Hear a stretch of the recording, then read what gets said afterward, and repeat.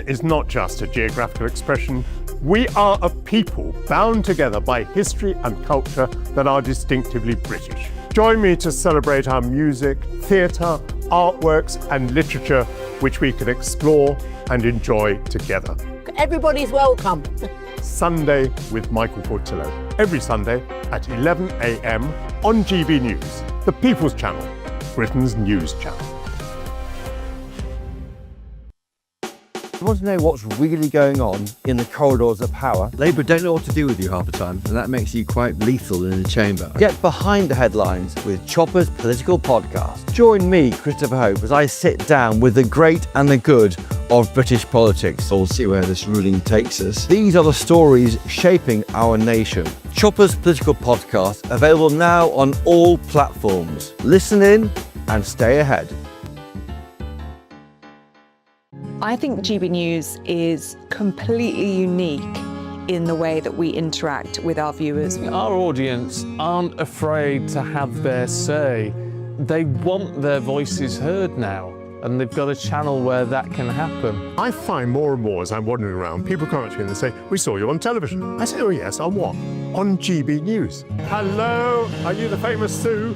The whole crew hit me here now. We came to celebrate. It's our job to be the eyes and ears of the viewers. They are part of the GB News family, and I'm pleased to say it's a very large family. And if people go to the time and trouble of listening and watching, then we've got to do a good job for them. Well, I'm here right in the epicentre of the protest. Here we go again. You just tuned in. Where have you been? It is raucous here tonight. That's what makes us the fearless champion of Britain.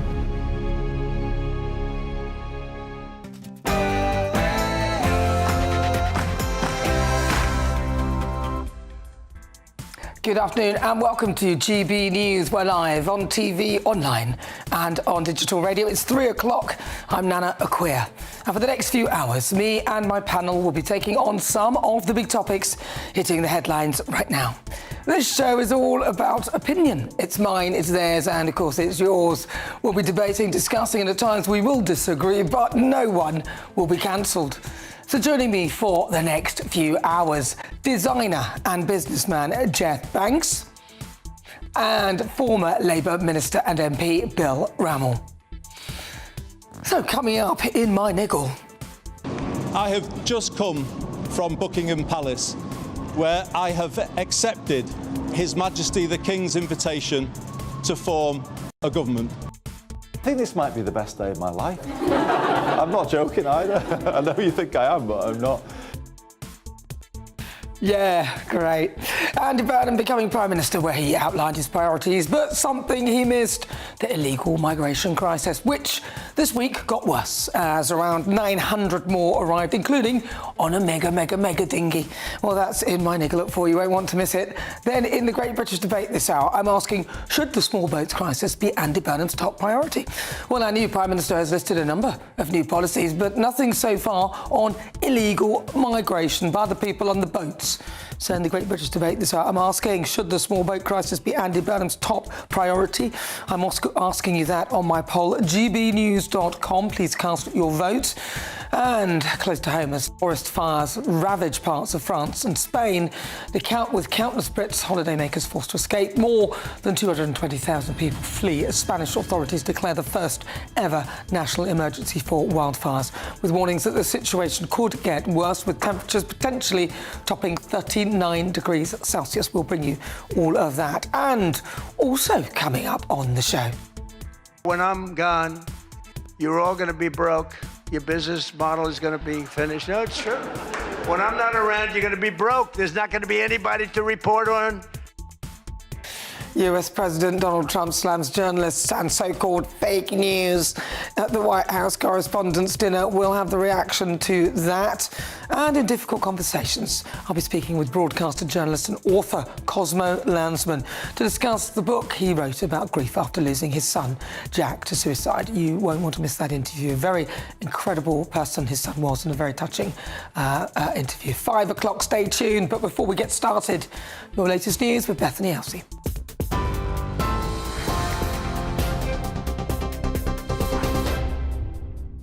Good Good afternoon. Your top stories from the GB newsroom at 2 minutes past 3. More than 220,000 people in France and Spain have been told to leave their homes as severe wildfires continue to spread. The French government has deployed the army to tackle the flames, which are approaching Bordeaux. President Emmanuel Macron has requested help from the European Union. And in Spain, officials have declared a national emergency as authorities in Madrid are warning the fire is beyond the capacity of the crew to extinguish. Meanwhile, back at home, a major incident has been declared by Police Scotland as emergency services continue to tackle a wildfire which has been burning in the Cairngorms National Park for 10 days. The force said it followed a significant change in weather conditions, which has increased the risk of fire spreading towards the village of Nethybridge. All 650 residents there have been evacuated as a precaution. Almost 900 illegal migrants have crossed the English Channel in Andy Burnham's first week in Downing Street, as hundreds more are arriving today. It comes after 165 migrants arrived in the UK on board a so-called mega dinghy yesterday. Meanwhile, an investigation by the Telegraph newspaper has revealed that Iran is smuggling secret agents into Britain by disguising them as migrants on small boats. Authorities have reportedly intercepted individuals linked to Tehran intelligence agencies with the help of drones and artificial intelligence. Essex Fire Chief has commended the remarkable courage of the firefighters who responded to a huge fire at an industrial unit. It's reported the fire spread to a fertiliser storage and caused an explosion, destroying 3 fire engines and 2 officer cars. More than 100 crew were tackling the flames. 20 of them were injured and taken to hospital, but have since been released. A formal investigation into the cause has been launched. Yesterday's incident presented exceptionally challenging and hazardous conditions. Our firefighters demonstrated remarkable professionalism, courage and commitment throughout the response. They continue to receive the welfare, well-being support they need following what has been a demanding operational instance. I want to personally thank every firefighter, fire control operator and member of staff who has played their part in this response. The Metropolitan Police are rolling out new testing kits to identify illegal e-bikes and e-scooters as part of a crackdown on crime in London. More than 2,500 illegal electric vehicles have already been seized this year, surpassing the total for all of 2025. Officers say many of the bikes are capable of speeds well above the legal limit and are increasingly being used in phone snatches and robberies. Commander Nirav Patel says the new technology is helping police target offenders more effectively. When I'm gone, you're all going to be broke. Your business model is going to be finished. No, it's true. When I'm not around, you're going to be broke. There's not going to be anybody to report on. Well, that was President Donald Trump. He was speaking at the White House Correspondents' Dinner last night. I'll keep you up to date with that in half an hour's time. But for now, let's get back to Nana. For all the latest from GB News whilst you're on the go, get the GB News app. Scan the QR code now to download or visit gbnews.com/app.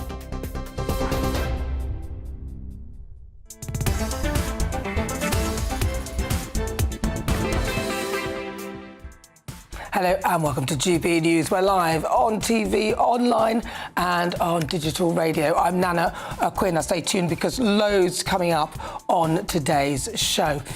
So for the Great British Debate this hour, I'm asking, should the small boats crisis be Andy Burnham's top priority? New Prime Minister has listed a number of new policies, but nothing so far on illegal migration. So in the Great British Debate, I'm asking, should the small boats crisis be Andy Burnham's top priority? I've got that on a poll at gbnews.com. Please cast your vote. Then in the next Great British Debate of this hour, I'm asking, how do you rate Andy Burnham's cabinet? Appointments include John Healey as Chancellor, Shabana Mahmood as Home Secretary, she stays where she is, and convicted fraudster Louise Haigh as the Cabinet Secretary. Remember the mobile phone thing? So I'm asking, how do you rate Andy Burnham's cabinet? Maybe we could do a score of 1 to 10. And the Game Fair, a highlight of the royal calendar, is taking place today. We're on the scene for the annual celebration of the Great British Countryside. That is all coming up as ever. Your thoughts, your comments, gbnews.com/your say.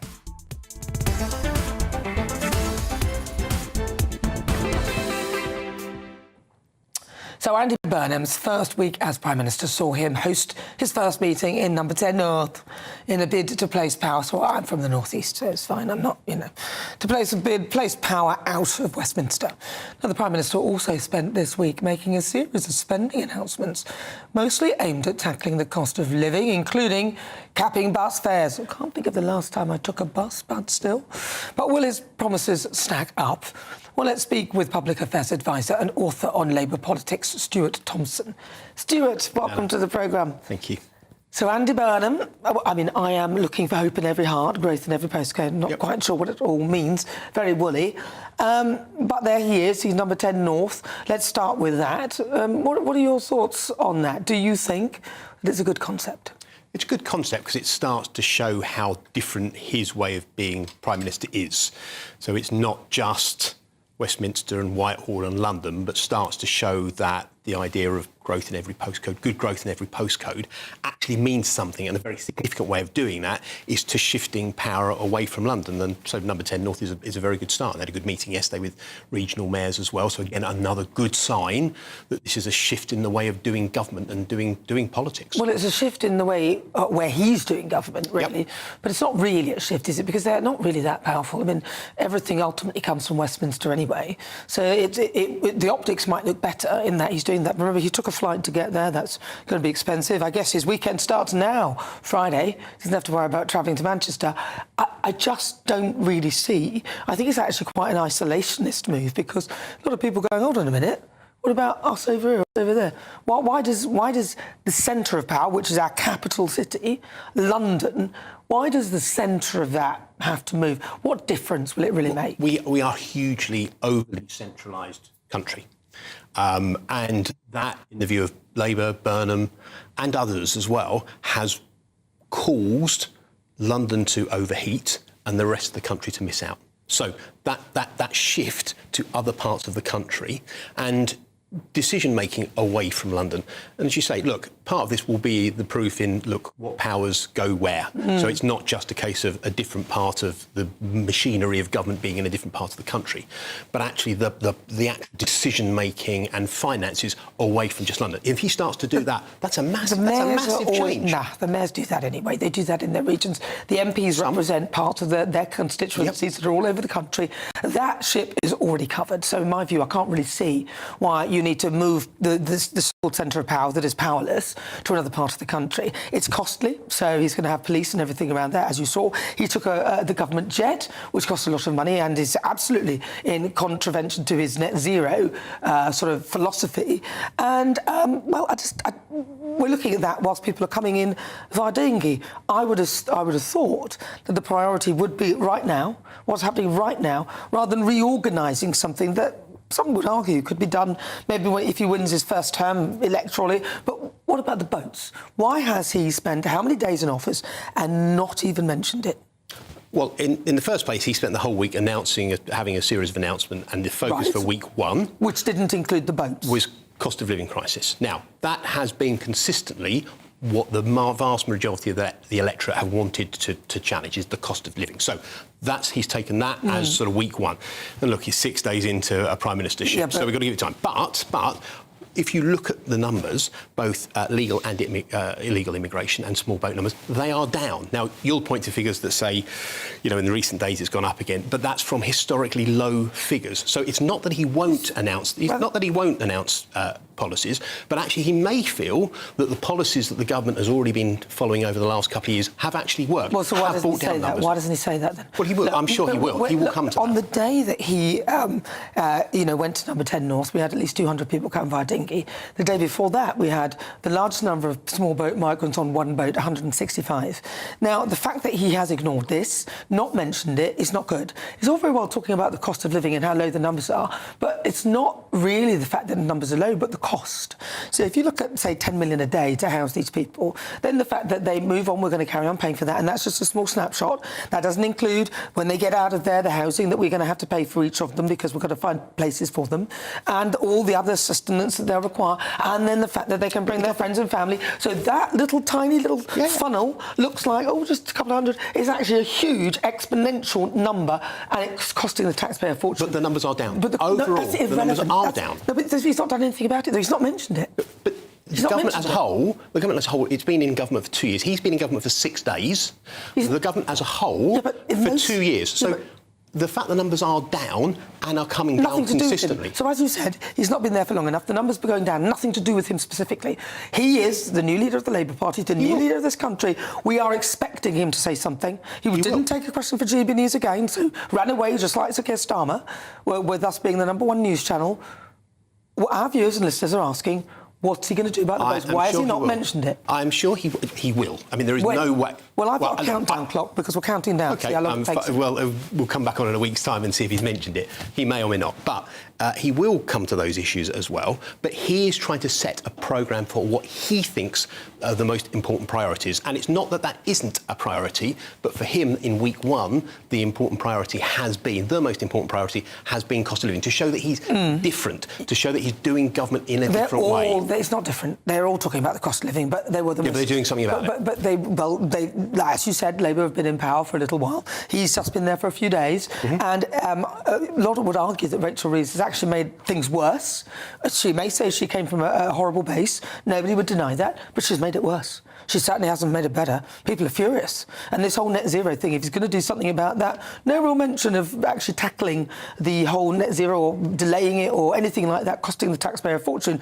And whilst we're back onto the small boats, we now learn, which he probably would have known, that Iran are filling some of those small boats with their IRGC members and all sorts of people who want to do damage to this country, putting them on there for free so that when they come here, when they settle, they can do damage to this country. Now, I don't get why our national security is the government's #1 priority. He doesn't seem to mention it. 6 days in, he will mention and he will take action. But he will think that because numbers have been consistently coming down since Labour came into office 2 years ago, that the policies are working. He may choose to do more. He may choose to take that further and introduce more measures, but numbers are down. Yeah, they are taking action. Nothing to do with him and to do with the weather. A lot of people saying that actually the reason the numbers are down is because it was very breezy on the channel over the last few weeks. Nobody's come across. Now, great weather, 4 days of just constant crossing. So all during the time that he is now leading this country. But action taken to process. The agreement's done with the French. So apparently none of those things have any effect on them whatsoever. It's simply the weather. I disagree with that. I would say it's all these other policy measures that they have put in place. And again, more to do, I am sure, and they will talk about it, but that's not the only issue. There are other issues. Nobody's saying it's the only issue, but if he wants to deal with the cost of living, then the utter unfairness of it all, then the British taxpayer is forking out an absolute fortune for people who have not invested a single iota in this country. And we know that most of those dinghies are filled with crooks. Well, they are, aren't they? We've had Patrick Christie's and other reporters going to the jungle in France, not Paris, and seeing that a lot of these are smugglers. They're just dodgy people, really. Frankly. In which case, when they come, if they get here in the first place, but measures are being taken to make sure they don't come across in the first place. But if they do, then when they are processed, they don't gain entry to the country. They don't gain entry. That's not true as well. We also know that nobody can send them back. Shabana Mahmood can't send back some awful leader of a grooming gang because the country won't accept them. Small boat migrants, we know that 90% of them, more than that, stay. But again, with that particular example, there's challenges around his actual citizenship, isn't there? So it's not a straightforward issue by any stretch of our form. But they did promise to send them back, and but they also we want to be a country that abides by international laws, that abides by our requirements under international treaties. We can either do that or we can ignore them. Well, we can ignore them, and a lot of the others who abide by the same international law, and they're ignoring them. In particular, we don't want migrants who've come here by small boat roaming around this country for free, just hanging about, not being forced to stay where they are. They should actually be forced to not leave wherever it is they are until we... But nobody's saying the government is wanting that either. Well, they're not doing anything. Well, I think they are doing. There are plenty of policies they have put in place about processing and removing, people that come across illegally as well. So it's not that nothing is happening. It may not happen fast enough for some people, but absolutely... action is being taken. Well, look, have a word with your great leader, Andy Burnham, and tell him to start talking about the small boat crisis, because nobody can take him seriously whilst he's talking about the cost of living, whilst the British taxpayer is paying an extraordinary amount in tax, and half a part of that is supporting people who've come here illegally, and Andy Burnham doesn't want to mention it. So have a word with him and let him know that my countdown clock is started. I'm sure he'll be looking out for it now. We'll see how many days. Tick-tock, Andy. Thank you very much. Really good to talk to you. Thank you very much. That's Stuart Thompson. He's a public affairs advisor and author on Labour politics. Thank you, Stuart. Thank you. All right, it is 18 minutes after 3 o'clock, and it's been revealed that Iran, as I mentioned, is sending covert operatives into the UK by posing as channel-crossing migrants. Smuggling gangs told The Telegraph that Tehran facilitated the journey to Britain for migrants in Calais in exchange for a favour to be carried out after they settled in the UK. And this comes as nearly 900 migrants crossed the Channel during Andy Burnham's first week in number 10, with hundreds more arriving today. Andy has yet to say anything. I can now speak with British-Iranian journalist Potkin Azarmer. Potkin, thank you very much for joining me. Look, we hear this from The Telegraph. I'd say they're a reputable source and reputable paper. Don't see why they would need to lie about that. And we know that there is probably truth to this. So where do you sit with listening and hearing this? Yeah, good afternoon, Nana. Yeah, they're not lying about it. Look, this uncontrolled, unvetted, unlimited migration is a huge national security risk and complete madness. The only people that are benefiting from this are the human traffickers, human rights lawyers, and hotel owners that are normally Tory party, and as well as the Labour Party, because they tend to get their votes most of the time. But it's a huge national security risk, and it's putting up the cost of living on British people. It's just madness. I mean,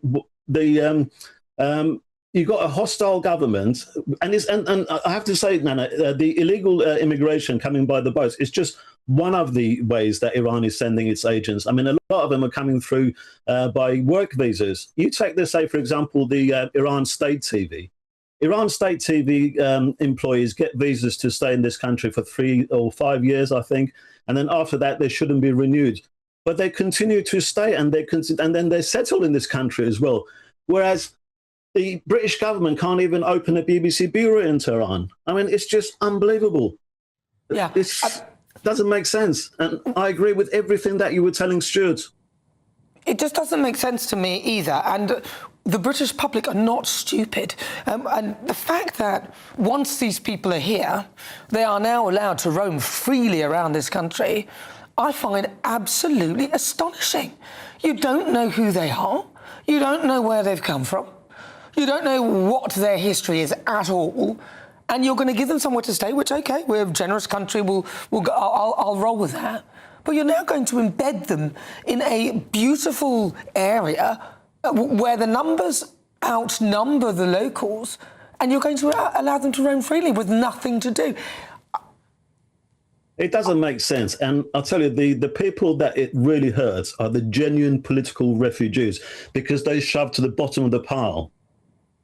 And, you know, all these people are saying, like, refugees welcome. OK, refugees are welcome, but vetting should be welcome as well. How can you put people that you have not vetted? They could be psychotics, they could be criminals, they could be rapists, they could be drug dealers, all sorts of things, in the middle of communities with ordinary people threatening their safety.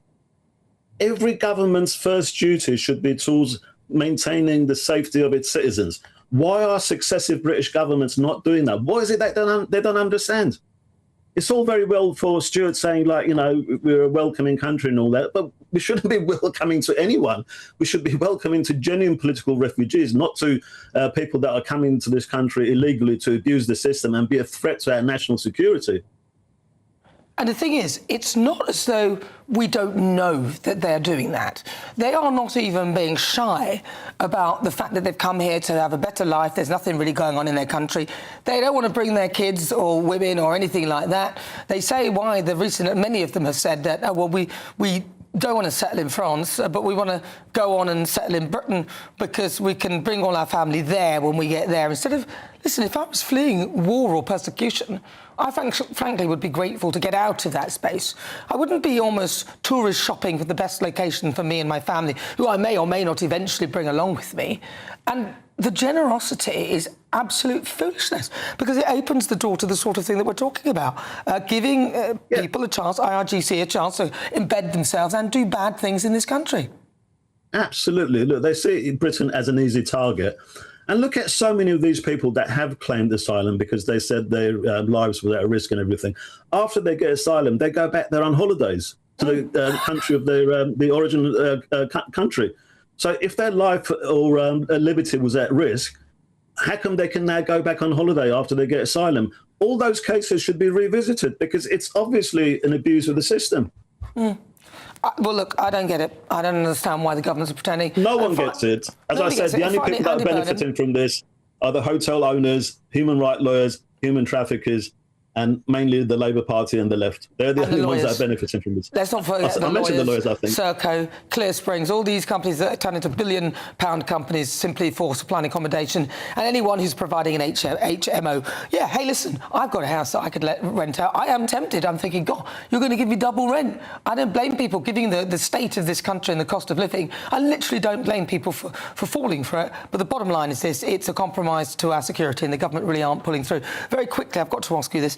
Andy Burnham, can you give any reason in your mind why he might not have mentioned anything to do with the small boats? Look, from what I understand about Andy Burnham is he's a PR man. He wants to be there when there's good news and he sends his deputies when there's bad news. This is a problem that I don't think he's willing to tackle. It's not on the top of... But you can't tackle the cost of living without sorting out this unlimited, uncontrolled migration coming to Britain, which is using up the social services and et cetera, et cetera.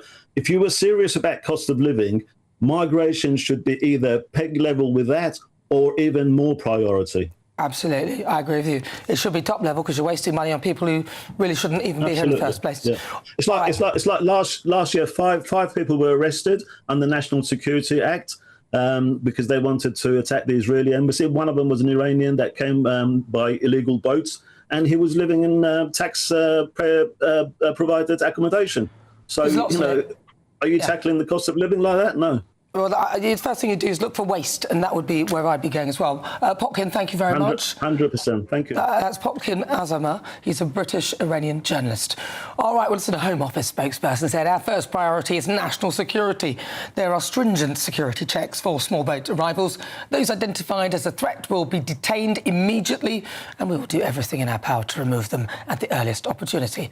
On top of these robust processes, we have fast-tracked a change in the law to outlaw support for the IRGC, equipping the police and intelligence service with more powers to disrupt those working on their behalf and making it easier to prosecute. OK. Actions speak louder than words. You're with me, I'm Nana Akua. This is GB News. Still to come in my niggle. I'll lay out my thoughts on Andy Burnham so far. Radio silence on his plans to tackle illegal migration. And next, in the Great British Debate, I'm asking, should the small boats crisis be Andy Burnham's top priority? This is GB News. Here at GB News, we made a promise to tell your stories. And on the 6th of August, we're marking 5 years of doing exactly that. Celebrate with us by having your say. Join in the debates live on TV and radio. And meeting your favourite presenters across the country, from Leeds to Aberdeen, from Belfast to Barry Island. Plus, join me in Essex for our biggest live show of the year. Scan the QR code or visit gbnews.com/celebrate. Terms and conditions apply. Some people enjoy lazy Sunday mornings, but not me. What's the truth of the matter? So that's a very live question. Would you support him if he waters down these plans? Before the spin sets in, I'll be getting to the truth. This is personal. No soft questions, no easy answers. It's one thing if the state has rules in this country. It's another thing whether the police and others actually police them. Setting the agenda and holding those in power to account. You can't really blame her if the system is set up this way. You will not want to miss it, trust me. The Camilla Tominey Show, Sundays from 9:30, only on GB News. Hi, I'm Michelle Dewberry, and my show is your opportunity to cut through all the noise and dive in headfirst to some robust debates. Ideas clash. Situation, isn't it? Because the failure is... You're deliberately avoiding my point. Nothing's held back. And if you think this is the end of it, wait for more. And we do not shy away from the difficult stuff. Sometimes I want to shake people and say, if only you understood. So join me on Jubes & Co. weeknights at 6 p.m, only on GB News, Britain's news channel. Welcome to Free Speech Nation with me, Josh Howard. This is the show where each week we see what's happening in the world of culture, current affairs and politics. First we'll say, welcome to the UK. Oh, thank you. And we're not afraid to use our free speech so that you can use yours. It's not controversial in the slightest to anyone who hasn't lost their mind. Free Speech Nation, Sunday nights at 7 p.m. Only on GB News, the People's Channel, Britain's news channel. Britain deserves a newsroom that puts the facts and your voice first. Well, and that's what you get on GB News. Lively debates, lively conversation. And we're not afraid to hold power to account. And each other. So join me, Andrew Pierce. And me, Miriam Cates, for Britain's Newsroom, weekdays from 9:30 on GB News. I've been in Westminster for a long time, but I know that though power may be here, its effect on people's lives is across the whole of the country. We may be where rules are made, but it's where they're implemented that matters. Join me, Jacob Rees-Mogg, for forthright and frank discussion on where Britain has come from, where it's going, and where it will end up. That's State of the Nation, Monday to Thursday, 8 to 9 o'clock. Vox Populi, Vox Dei.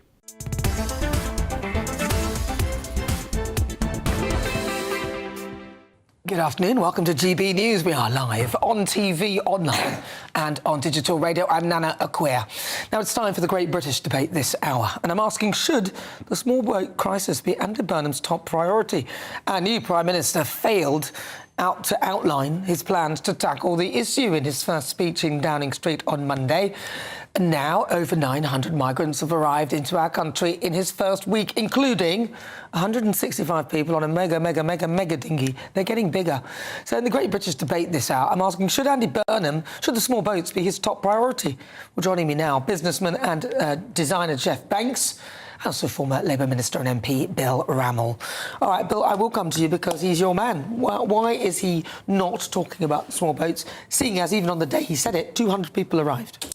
Well, he's given the clearest signal that he takes the issue seriously. One, supporting the immigration and asylum bill that's going through, but two, crucially, reappointing Shabana Mahmood as Home Secretary, who is bringing in the most radical restrictions on immigrations we've seen for over 30 years. And I think that's important. But I think also he's of the view that the ship is beginning to turn. Small boat crossings are down by 45% this year. Come on, Bill. No, it's true, Nana. Come on, Bill. And, you know, after 7 months of the year, this is not a blip. There's a clear trend taking place. Really bad, Bill. You really think the weather has led to a Yes, drop I do, of all... Bill. Well, you're not on the same planet as me. You know, the I idea am on that the same planet as you. I don't think you're on the same planet as me. The idea that weather accounts for a drop by half in the small it's not half, Bill, it's 40%. 45%. Let's not push it up to 50. No, almost, OK, 45%, almost half. The idea that that's not significant and a trend is for the birds. And it's happening, I think, in part because of the much stronger agreement we've got with France. I thought you were going to say the much stronger currents. No, the much stronger agreement with France. A 40% increase in the number of French officers who are intervening, specialist units that are tackling the gangs, real investment, tens of millions of pounds in drones, helicopters, which are beginning to have an impact. All right, well, I don't think so, but what do you think, Jeff Banks? I don't disagree with Bill. I think the numbers are right. I think it is down 45%, but that doesn't mean that the scale is now enormous. When you actually just look, Bill, at the fact that 165 arrive on one boat, the cost per immigrant is 41,000 per annum. So that one boatload is going to cost the British taxpayer over 7 million quid for 1 year. Over a 10-year period, it's going to be 70 million just for that one boatload. Now, that's got to stop. The British taxpayer can't afford it. Not only that, the integration into societies like Crowborough are actually doing a huge damage to our relationships within drafting in all of these people that have no sympathy with the British way of life. Pat Christie on GB News did an amazing interview with an Afghan guy who said the reason they want to come here because the deal is much better than staying in France. We are a soft touch and it's actually got to stop. And I think what Andy should have done is actually maybe put somebody like Tom Homan in charge of our border, specifically with the job, because it's worked in America and we need something very similar here. Now, just for our viewers and listeners, who's Tom Homan? He's the border czar in America that actually looks after and is now getting rid of all of the immigrants in America, charged by Donald Trump to actually do that, and is doing an amazing job to bring the numbers OK, down. I just want to quickly ask... They sealed the border. But do you think the reason the numbers are down are, I think, mainly due to the weather? Or do you think it's the policies are finally working? No, I think there has... I don't think it's just the weather. I agree with Bill. I think there have been significant efforts been made. But my point is, it's not fast enough. We should have actually sealed the border. Just stop it. It's no good saying it's taken another year and the numbers are down by half when you've still got probably another 13,000 have arrived already this year so far. By the time we get to the end of this year, it's going to be maybe 30,000. The cost of that to the British taxpayer is plus 13 billion a year. We can't afford it. And the numbers do need to come down faster and further. But I have to say, at the beginning of this year, I was becoming really concerned that lots of effort had gone into reducing numbers, but there was no progress. It's incontestable since then that the numbers have begun to come down. Jeff, your point about us being a soft touch and better than France. France has got 50% more asylum seekers per head living in France than there are in this country. So, you know, the comparison doesn't bear out.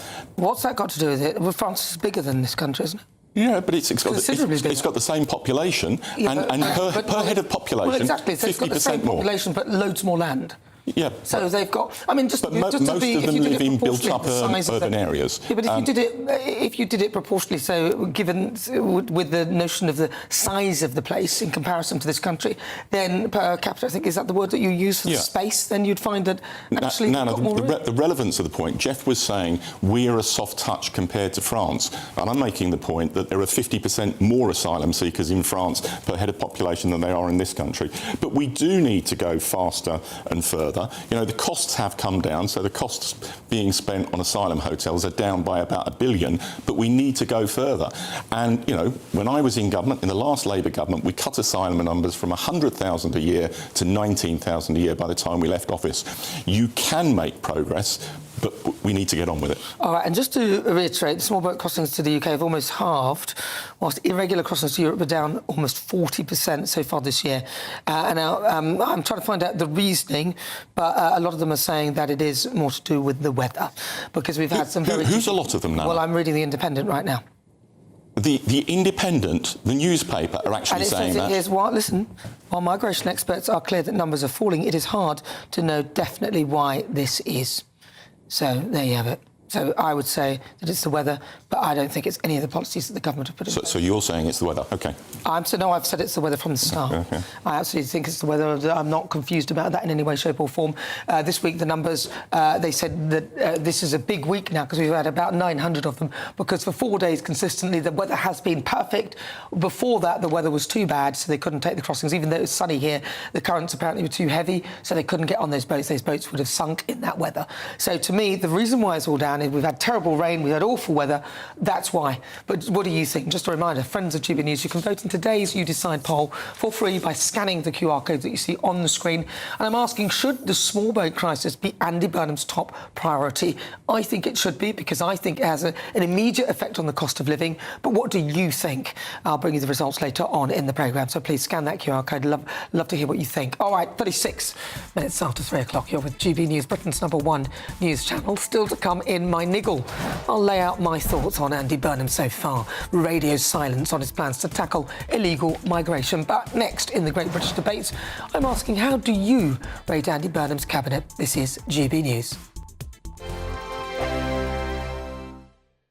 Hello there, good afternoon. Welcome to your GB News weather update from the Met Office.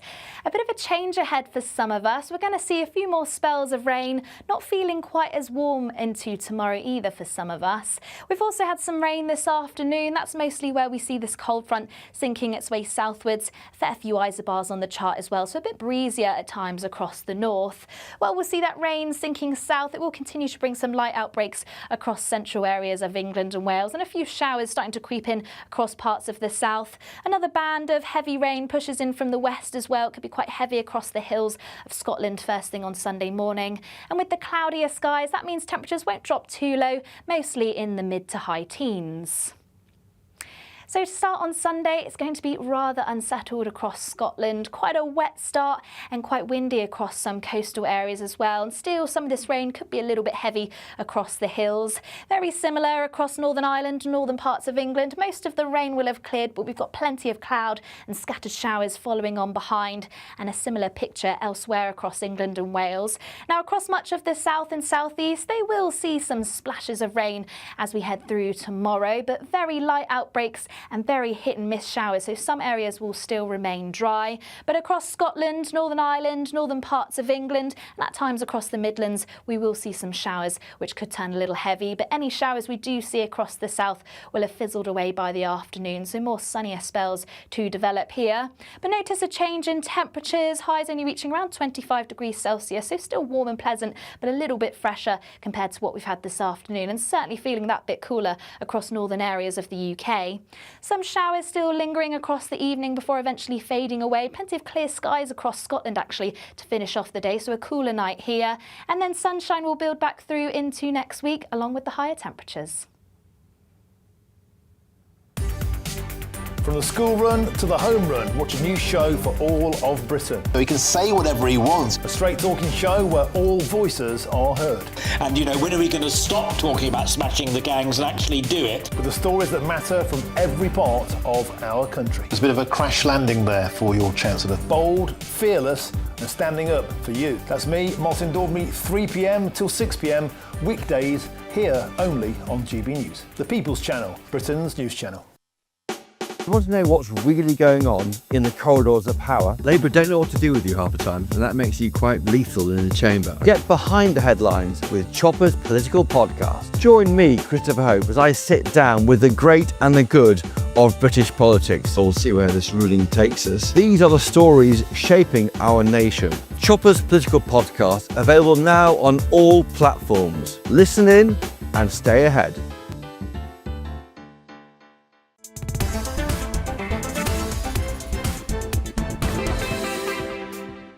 Welcome back to GB News. We are Britain's #1 news channel. I'm Nana Akua. Don't forget, you can download that GB News app. It is completely free, and check out all the programmes at your leisure. I'm Nana Akua. And it's time now for the Great British Debate. I'm asking, how do you rate Andy Burnham's cabinet? Well, let's have a look at those appointments, because they include John Healey. He is now the Chancellor of the Exchequer. Shabana Mahmood, she keeps her job as Home Secretary. Meanwhile, convicted fraudster Louise Haigh has been appointed in the Cabinet Office, and Angela Rayner has returned as Housing Secretary, a role that she was previously had to resign from because of some inconsistencies with the amount she paid in stamp duty and all the other bits and pieces that went around it. I won't bore you with the details, but needless to say, she's in charge of housing, and I think she gets the business brief as well. She was the arbiter of the whole business with what a lot of people call the Unemployment Rights Act. All right, so for the Great British Debate, I'm asking, how do you rate Andy Burnham's cabinet? Well, joining me now, designer and businessman Jeff Banks, and former Labour Minister and MP Bill Rammell. Jeff Banks, let's talk about the cabinet. What do you make of them? I think he had a very poor group to choose from. So I think we've got more of the same. I think I look at John Healey as Chancellor of the Exchequer. What has he got? Experience in finance, big business? None at all. If I compare him with Scott Bessent in America, who's the equivalent for the American, actually been in business, been a director of Goldman Sachs, knows his way around the money markets. Unfortunately, I don't think John is any of those. Wes Streeting as kind of defence secretary has got to be a joke. Now, again, the guy, slightly overweight, a bit podgy. Poor Wes, that's not fair. Not fair. Okay, so because because his weight might not have any relation to how well he'll do the job, but we'll take that back. That's not. Would I compare him to like Pete Hegseth in America, who's done 4 tours of duty in Afghanistan, knows his way around the military, knows how to speak to defence people? Wes Streeting, I just don't get it. So apologies to Wes. Angela Rayner, again, questionable on her tax affairs when housing. Why does she get shoehorned back in? I have no idea. So again, I think the pickings that he has to choose a cabinet, they're nice people. They've spent their time maybe writing stuff for the Labour Party, been in local government. Are they capable of running a country? I don't think so. Bill Rammell. I think overall, I'd give it 7 out of 10. I think. What's with the 3 that you've? No, in terms of the assembling of the cabinet, I think overall, the contrast since Andy's been Prime Minister for 6 days in terms of reaching out, in terms of communication, has been colossally better compared to what went before. Now, in terms of the specifics, I think John Healey is a very good appointment. He's solid, he's sound, he's got years of Treasury experience. Has he? Yeah. As a minister in the Treasury in the last Labour government. Significant experience, and I think he'll be reassuring for the markets, which you need in a Labour Chancellor. I think Shabana Mahmood's reappointment as Home Secretary, she is the most radical restructuring Home Secretary we've had in a generation in terms of immigration. I think Pat McFadden as Work and Pension Secretary, a clear indication that the government is going to revisit welfare reform, which I think is very much needed. And Wes, I declare an interest, he's a mate. He happens to be the best communicator the Labour Party and the government has got. And he's also a reform. What's that got to do? Because in the modern political age, you need communication skills. I think everyone needs communication skills, which was a real problem for Keir Starmer because these were terrible. But that aside, defence experience. So, number one, to be an MP and minister, I'd expect you to have communication experience. It goes without saying. If you haven't got that, then this is a big weakness. But number two, I'd expect you to have experience of the thing that you are in charge of. No, that's you don't think you need. No, that's never been a prerequisite that you have to work. I'm telling you what I think. Yeah, no, but I think the general public would expect that. I'm not going to head the Treasury because I do have a business degree. I did study business and finance. I'm very good, and I did study economics, to be fair. I did work in a bank. I've probably got more, actually, than John Healey. But that's not the point here.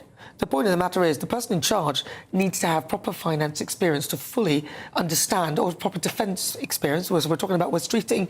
So the only people who can serve as defence secretary or a defence minister are people who've served in the military. No, just people who've got experience. You don't have to serve in the military, but have some actual experience. This country has never signed up to that proposition, and I don't think it should now. Well, maybe that's why we're going completely wrong. Let me finish my point. One, Wes's communication skills. Two, he's a real reformer. He demonstrated that within the National Health Service, and I speak with some experience as a former Minister of State for the Armed Forces. You desperately need reform in the Ministry of Defence. For example, the atrocious mismanagement of procurement, which wastes tens of billions of pounds. Wes can get to grips with that. Well, you might say he's a great communicator. As you will well know, going into an office where you know nothing about the remit, it's actually the civil service that are going to get driving you. And unless you have a knowledge of the subject, they'll run rings around you. So I'm afraid he might be a great communicator, he might be a nice guy, he might be your mate, but what are when he goes into NATO, what are our kind of people in NATO? The Russians, the Chinese, what are they going to think of this guy as our Secretary of Defence? Wes Streeting, and you say he did a great job at the National Health. None of the figures actually prove that. Well, they do. The waiting lists are coming down by the biggest amount in over 10 years. He actually did nothing to improve the National Health at all. He did. Waiting lists are falling by the biggest amount in 10 years. They're not fiddled, Jeff. I'm really sorry. But look, that's not the case. He demonstrated a commitment to reform, and I think you need genuine reform in the Ministry of Defence. All right, just justify what you're saying, because you're saying that it's not true about the figures and they were fiddled. Why is that? How do you know that? How do I know what? You said the figures were fiddled for the NHS. Well, what happened was that they were adjusted and the numbers were increased so that they could then show a decrease in the numbers. Oh, that's rubbish, Jeff. I don't think that's simply not well, true. Also, well, I can tell you one thing that was done that we all know about is that they drafted people in. They paid the trust $3 million a month, I think it was, to basically update the list for people who've died or people Which died successive waiting. governments will wait on? No, but that's fine. But then don't claim it as a win. People who died waiting, people who've maybe gone private or just given up or done it themselves, probably. Listen, coming up, the Game Fair, a highlight of the rural calendar, is taking place today. We'll be on the scene for the annual celebration for the great British countryside. But first, if you fancy some holiday sun elsewhere, here's the forecast in Europe.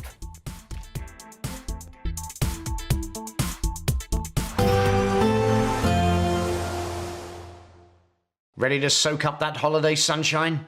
Won't we need some cover? No worries, all sorted. All Clear Travel Insurance sponsors GB News Travel Destinations forecast.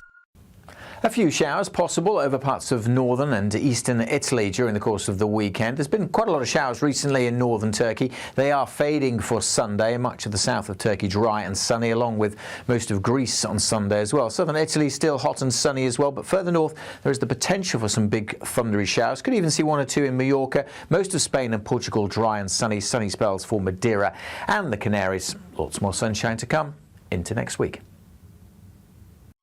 All Clear Travel Insurance sponsors GB News Travel Destinations forecast. Nana Queer, weekends from 3 p.m. It is really exciting. We've got 1 million people living with dementia in this country, and about 65%, 70% of them have Alzheimer's disease. This is a condition where a protein called amyloid beta builds up in plaques within the brain and interferes with the connection of nerve cells. It's a cruel disease, as I know you're aware. It robs families of the relative that they once loved, the personality that they knew, and it's the leading cause of death in this country. So, numbers are only increasing as the ageing population grows. But here we have in phase 3 clinical trials, which is the last stage of trials before a regulatory body approves it for use, which appears to clear some of these plaques within a few weeks. Now, that's really exciting. GB News, the People's Channel. Britain's newsroom, weekday mornings from 9:30. What does this kind of day mean to you, kind of coming and doing this every year? Well, I feel that I'm doing this for my wife because she used to sell poppies properly, really, and I used to help her for 20 odd years. And I feel like I'm doing it for her, really. But it is nice to think that everybody appreciate what we did for being in the forces. But tell me about your service, because you got sent out to the Far East, didn't you? Yes. I just got engaged because I didn't think I was going to get called up, but then I did. In your jacket here, you've got one medal for national service and one for that Hong Kong medal for that. To be honest, I was 18 years old. And I was very excited about going. It was an adventure to me. The People's Channel. Britain's newsroom. Weekday mornings from 9:30. Weight loss jabs could help children as young as 6 who are living with obesity. When did we start saying living with obesity? Can we not say obese children? Is that not politically correct? Well, delighted to be joined now by Sarah LeBrock, Director of All About Obesity. Sarah, I think a lot of people will feel slightly uneasy about children getting on these jabs, simply because we sort of expect, I don't know, diets to be managed by parents. Yeah, I can totally understand why people would think that. But the point we're not talking about just overweight children here. We're talking about children living with obesity. And interestingly, you say, why do we say living with obesity? It's because they're living with a chronic condition. GB News, the People's Channel.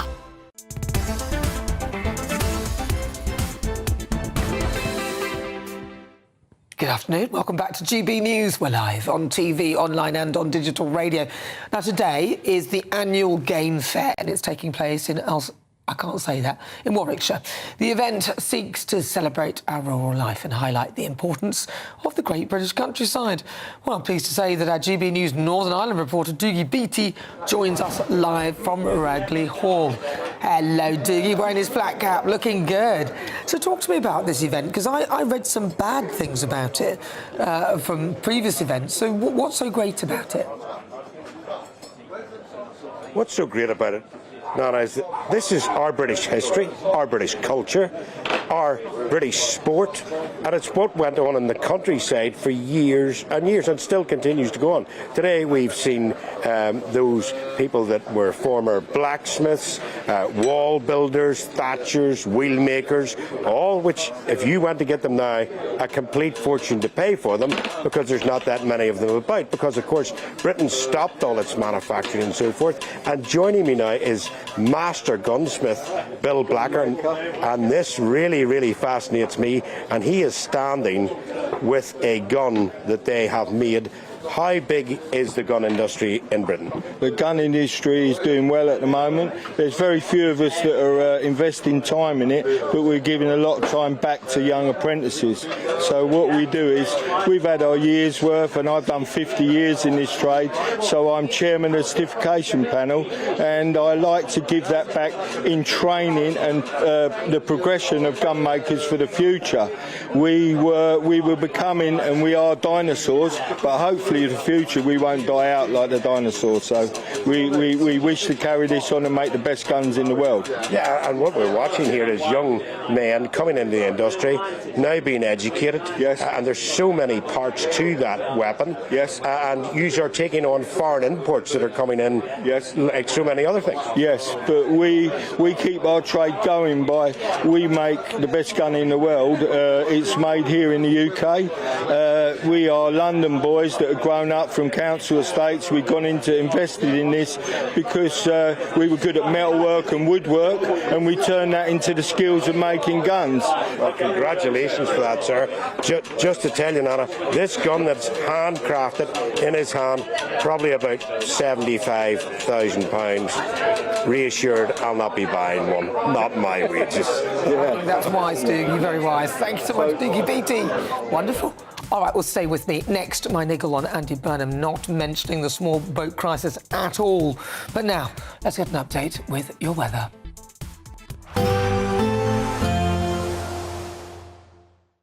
Expect warm spells with the odd rude interruption. Box Boiler sponsors the weather on GB News. Hello there, good afternoon. Welcome to your GB News weather update from the Met Office. A bit of a change ahead for some of us. We're going to see a few more spells of rain, not feeling quite as warm into tomorrow either for some of us. We've also had some rain this afternoon. That's mostly where we see this cold front sinking its way southwards. Fair few isobars on the chart as well, so a bit breezier at times across the north. Well, we'll see that rain sinking south. It will continue to bring some light outbreaks across central areas of England and Wales, and a few showers starting to creep in across parts of the south. Another band of heavy rain pushes in from the west as well. It could be quite heavy across the hills of Scotland first thing on Sunday morning. And with the cloudier skies, that means temperatures won't drop too low, mostly in the mid to high teens. So to start on Sunday, it's going to be rather unsettled across Scotland. Quite a wet start and quite windy across some coastal areas as well. And still, some of this rain could be a little bit heavy across the hills. Very similar across Northern Ireland and northern parts of England. Most of the rain will have cleared, but we've got plenty of cloud and scattered showers following on behind, and a similar picture elsewhere across England and Wales. Now, across much of the south and southeast, they will see some splashes of rain as we head through tomorrow, but very light outbreaks and very hit and miss showers, so some areas will still remain dry. But across Scotland, Northern Ireland, northern parts of England, and at times across the Midlands, we will see some showers which could turn a little heavy. But any showers we do see across the south will have fizzled away by the afternoon, so more sunnier spells to develop here. But notice a change in temperatures, highs only reaching around 25 degrees Celsius, so still warm and pleasant, but a little bit fresher compared to what we've had this afternoon, and certainly feeling that bit cooler across northern areas of the UK. Some showers still lingering across the evening before eventually fading away. Plenty of clear skies across Scotland actually to finish off the day, so a cooler night here. And then sunshine will build back through into next week along with the higher temperatures. Expect warm spells with the odd rude interruption. Box Boiler sponsors the weather on GB News.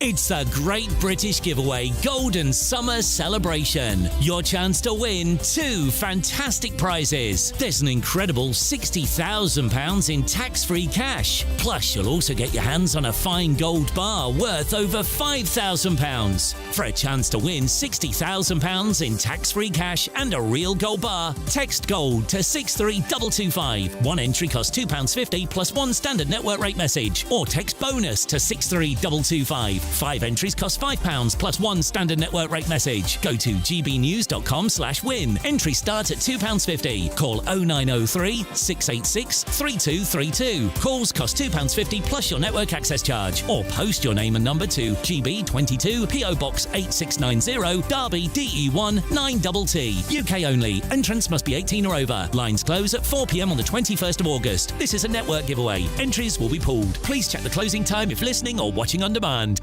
Bold. They are under no illusion. Ray. Are you a human trafficker? Boundless. I've had enough of the nonsense, and I'm not afraid to say it. Don't get us on the BBC. Every weeknight, I tear through the headlines. The smell of gasoline. Should we be worried about it? From Westminster madness to cultural war chaos. What I'm going to do now is they are throwing things out the car as we speak. Get ready, Britain. Here we go. Patrick Christie's tonight, weeknights from 9 p.m. only on GB News, Britain's news channel. Do you trust what you're being told? Good, because neither do I. Those are just facts. I'm Alex Armstrong, and on my show, we'll expose the spin. Well, I want to answer that because you didn't let me last time, because you always speak over me. The broken promises. To deny that is denying the truth. And the hypocrisy. Needs to stop. We can allow. Politics, policy, parliament.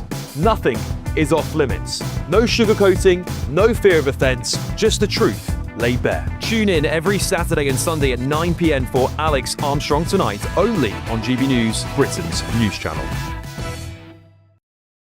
Hi, I'm Michelle Dewberry, and my show is your opportunity to cut through all the noise and dive in headfirst to some robust debates. Ideas clash. Situation, isn't it? Because the failure is you're deliberately avoiding my point. Nothing's held back. And if you think this is the end of it, wait for more. And we do not shy away from the difficult stuff. Sometimes I want to shake people and say, if only you understood. So join me on Jubes and Kerr weeknights at 6 p.m. only on GB News, Britain's news channel.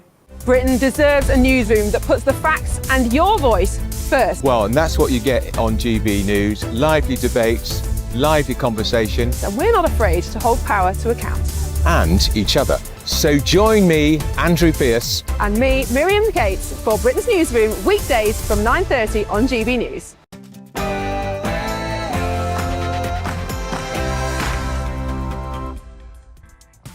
Hello, good afternoon and welcome to GB News. We're live on TV, online and on digital radio. I'm Nana Akua.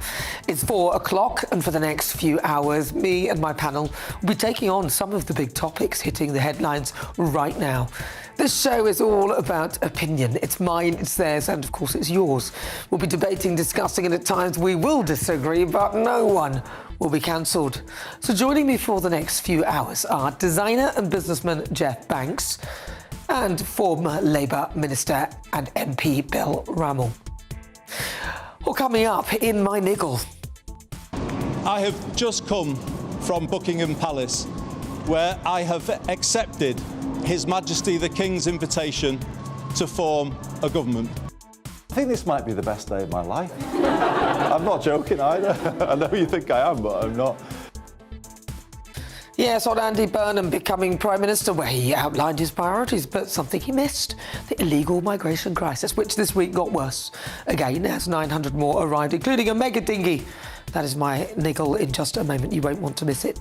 And throughout the show, I'm asking, should the small boats crisis actually be Andy Burnham's top priority? Our new Prime Minister has listed a number of new policies, but nothing so far on illegal migration. Well, I have a poll up on gbnews.com, as well as a countdown clock that I'm going to start. Please cast your vote. And forest fires ravage parts of France and Spain, with countless British holidaymakers forced to escape. More than 220,000 1,000 people flee as Spanish authorities declare the first ever national emergency for wildfires. We will bring you up to date with all of that. Also coming up on the show. When I'm gone, you're all going to be broke. Your business model is going to be finished. No, it's true. When I'm not around, you're going to be broke. There's not going to be anybody to report on. I don't know why you're all laughing, he's probably right. US President Donald Trump slams journalists and so-called fake news at the White House Correspondents' Dinner. I'll bring you the reaction to that. And in difficult conversations, I'll be joined by broadcaster, journalist and author Cosmo Landsman to discuss the book he wrote about the grief after losing his son Jack to suicide. Another story you won't want to miss. That's just coming up after 5. Before we get started, your latest news with Bethany Elsey.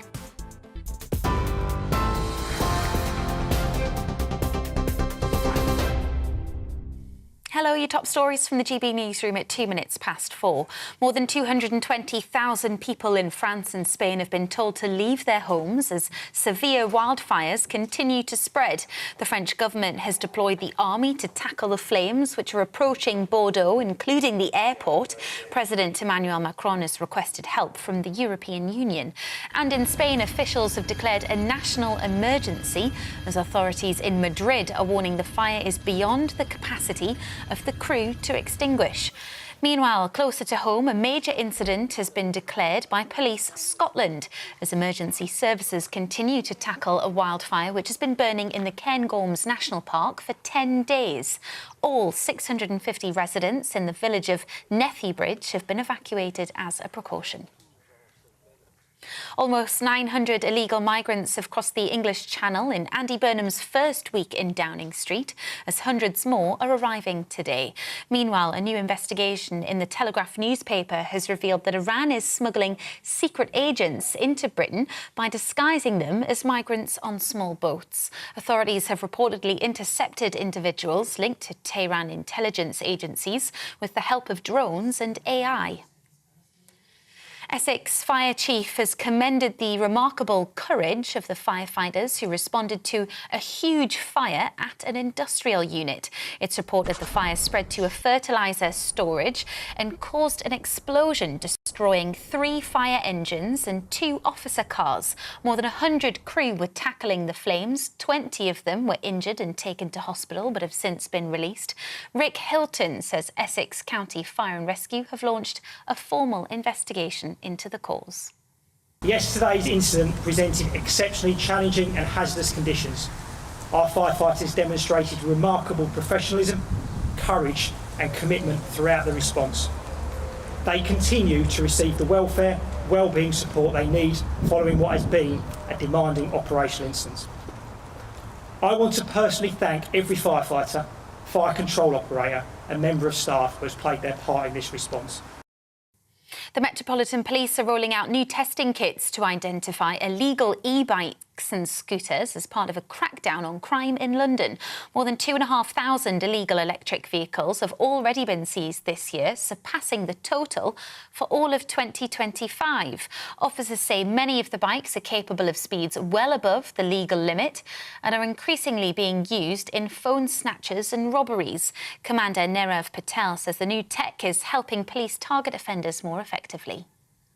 We recognise that the use of e-bikes for hundreds and thousands of people is perfectly legitimate and is a perfectly reasonable way of getting around the city. But e-bikes are used in phone snatches, particularly in this part of London, and we're really proud of the success of this operation and other operations to tackle mobile phone theft that has effectively halved it in Westminster alone. And President Donald Trump has taken further swipes at journalists at the White House Correspondents' Dinner. The event went ahead last night after it was cancelled 3 months ago because of a shooting. Trump criticised so-called fake news and accused some journalists in the room of having Trump derangement syndrome. When I'm gone, you're all going to be broke. Your business model is going to be finished. No, it's true. When I'm not around, you're going to be broke. There's not going to be anybody to report on. Those are your latest headlines. I'll be back in half an hour.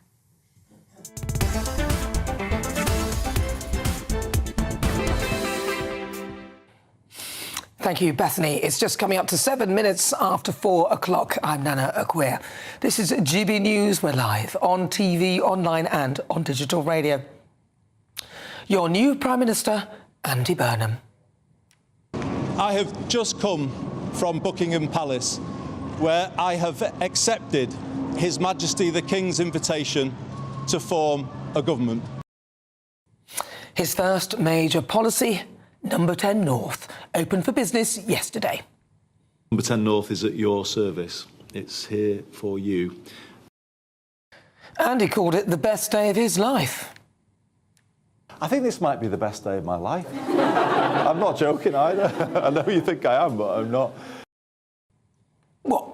The day after the biggest ever number of migrants arrived on one boat, 165 on them on our shores on a mega dinghy, and on a day when over 200 have crossed illegally.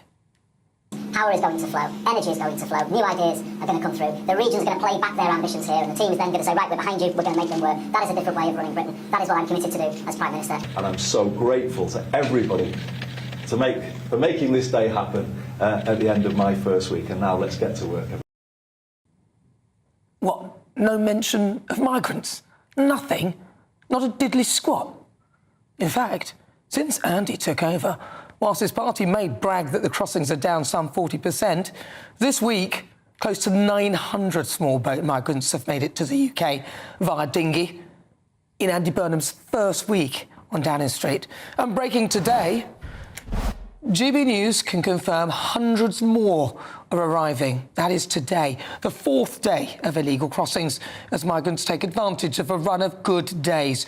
So more burden on the taxpayer. We also have learned that Iran are infiltrating our open border, so offering crossings in exchange for favours. Iran has been caught sending suspected operatives across the channel into the UK, the Telegraph revealed this morning. Individuals with links to Tehran's intelligence agencies are understood to have been intercepted by UK authorities whilst attempting to enter Britain on small boats. Luckily for Andy, winds will pick up again this afternoon and are likely to prevent any more crossings until the middle of next week. So I'm installing the BMMC Burnham Migrant Mention Clock. Let's see how long it takes Andy to mention the small boat crisis, because to me, he doesn't seem that interested. Real pork scratching. This looks good. A bit old school, but we're quite old school, aren't we, me and you? When did you last buy a pack of pork scratchings in a pub? 2 weeks ago. I haven't had one of these for 35 years. Oh, that's enough. Well, take me back to the back room of the cherry tree. I go out my way to get these salt and vinegar crisps. Yeah. I'm imagining a crisp butty with these. Do people eat crisp butties in Harlow, do you think? Is it a northern thing? I think they would. This is the best thing all week. Bacon fries. I'm not wild on these, so I'm kind of feeling all right with my choices now. I'm happy with them in fourth place, I think. This is the best meal I've had so far. Yeah, John, we're pretty aligned. It's going to be a good partnership. Look forward. Prime Minister, your migrant mention clock has started and we're already on day 6.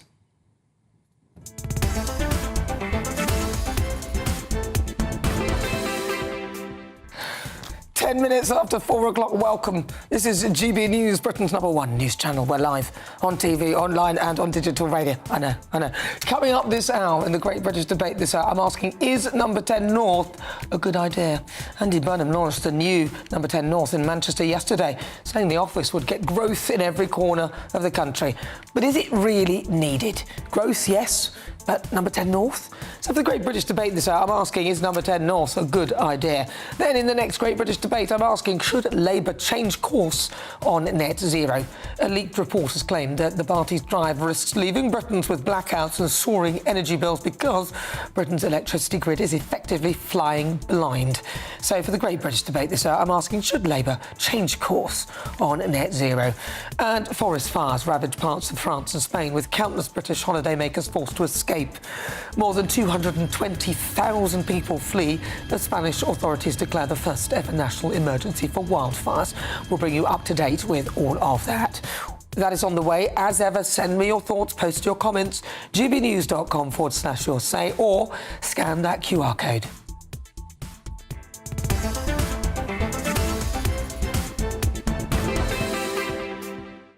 Well, I'm joined now by former Labour MP and Minister Ian Wright. Ian, welcome to the programme. Thank you very much for joining me this afternoon. Ian, am I being completely unfair to Andy Burnham? I think you are, Nana, to be honest. Good afternoon. Thank you for having me. This is not to say that small boats is not a big issue. Of course it's a big issue. But if you look at all the polls, if you look at what the great British public have as their top priority, it's cost of living. About 7 out of 10 Britons think that the biggest issue facing this country is the cost of goods and services. And they want the government to give them a bit of a breathing space. You know, it's Saturday. People will be thinking, can I have a couple of drinks in a pub? Can I go and have a takeaway? And it's little things like that that they want to make sure that government is on their side. And so I think the announcements from Andy Burnham's first week really resonate with that. I think the footage that he had around the cabinet table saying we are going to be a cost of living government and I'm going to be a cost of living Prime Minister, I think that resonates with the great British public. Now, that's not to say, as I said, Nana, that small boats and migrants are not a big issue. And maybe we'll hear about that in subsequent days and weeks. But I think he is tackling what needs to be done in terms of what's bothering the great British public at the moment. I don't think that they're not linked. I mean, you talked about, can I go to the pub? Can I go to ballooning workshops? Can I go to the zoo? Can I go to watch football? That's what a lot of people on these boats can do. They come here, they've got nothing for them to do. Can I get into town? Hey, there's a free bus to take you there. No, I think that it's misguided if he thinks that he can't relate it to the cost of living. People are suffering exactly as you said. And what really gets their goat is that part of their money is going to these kind of people coming here on the boats who are able to roam freely and at great expense. We know that the British taxpayer has been taken for a ride. I don't think that Andy is wise not mentioning it. He hasn't mentioned it. That cannot be right, Ian. Surely. Well, I think we'll have to disagree here, Nana, because as I said, I do appreciate your point about things being linked. And I think what British people get most of all is that sense of fairness, and you've got to make sure that people feel fair. People will be saying, hang on a minute, I have to get up really early, I might have to have 2 jobs, and I'm not sure I can pay for a takeaway tonight. How's that fair? So I think there's an element of that, and I absolutely agree with where you're coming from. But I do think that, you know, it's not to disregard the problem of small boats. It's not to disregard the issue of immigration. And again, the British people think that migration levels are too high. I do think it's very telling, though, that he is kept in office the Home Secretary. Shabana Mahmood is tackling this. She's putting in place measures to deal with this. And I think that is a sort of show of confidence in terms of keeping her in the Home Office to do stuff. Now, I've been listening to your show all afternoon, Nana, and I am worried that I have got no idea about tides, about the weather, about whether, you know, it's the currents are too choppy. I can't comment upon that. But it seems to me that in June, July, August, in the summer months, you get more small boats because conditions are more conducive to have those crossings, especially the smaller the dinghy, the chances are there's more to come. So that's what happens in the summer months. Now, I think since only last month, Shabana Mahmood has put in place tough new measures to try and tackle that. And as I've heard from the likes of Bill, who've been on your panel earlier on, you know, things are coming down. The figures are better than they were 2 years ago. More to do, but the measures are being put in place. And the fact that Andy has put Shabana still into the Home Office indicates some vote of confidence there. Well, if he's that confident, then he could perhaps mention something about it. The British public aren't buying it. You know, Andy Burnham, whilst he may have a nice bounce in the polls, even those on the left who, you know, are not happy with what is happening with the small boats, it is not even a partisan issue. It is more an actual national security issue. We're hearing that Iran are sending proxies, their people, on boats to come down and cause havoc in this country. They're saying they don't even need to fire rockets at us because our borders are so porous. Now, the number one duty of the government, before everything else, is to protect its people. And Andy hasn't mentioned that. And he doesn't get a free pass for that, to focus purely on the cost of living and not include that in there. He's got to realise that if we are invaded or infiltrated and we end up with people doing suicide bombs and awful missions in this country, that the cost of living will definitely be secondary. I can't disagree with anything that you say in that regard, Nana. You know, in terms of the making sure our country is safe from enemies, regardless of where they come from, is absolutely the first role of government. Absolutely nothing to disagree with you there. What I would say is he hasn't been Prime Minister for a week. And in terms of talking about some of the other issues, like defence, and he said during the run-up to becoming Prime Minister that he wants to see a reindustrialisation of our country. He wants to put defence and defence spending, and that could include defence manufacturing, at the heart of economic growth. He could be saying more. I'm not part of number 10 North, so I don't know, Nana. But in terms of, he's been there a week. He's been there less than a week, actually. So in terms of subsequent speeches and announcements, things like youth unemployment, tackling the problem of needs, as well as the defence of our country, they may well be coming in the next few days and weeks. All right, but and finally, because I have to go very soon, but I want to ask you about number 10 North. Some people would call that a vanity project. He actually flew there on a government jet, which obviously saved him time, cost the taxpayer a lot of money. And obviously the security around it would have cost a fortune. The mayors there don't really have any sort of strong powers like you have in Westminster. People are scratching their heads thinking, why was that a big necessary thing? The people in Manchester will be very happy with it, and that's great. But I'm scratching my head wondering why that would be the first priority for him. But it's about redistributing power, isn't it? And it's a case of, for far too long, economic, media, all sorts of power have been concentrated in London and the South East. That's not to denigrate or criticise things like the City of London. That's a massive national asset that we want to nurture. But in terms of, the area that I live, the North East, the area that I represented in Parliament, we've seen 40 years of deindustrialisation. The steelworks that my granddad worked at, was just decimated in the 1980s. If we can rebalance, then we can really see all parts of the country firing on all cylinders. That's what we want. And I think number 10 North can help do that. It can help reconfigure, rewire and redistribute power, not just in London, not just in the very centre of London, but distributed all parts of the United Kingdom. I'm really a fan of that. Well, if it actually does that, that will be something I doubt very much, because it doesn't really have any real power.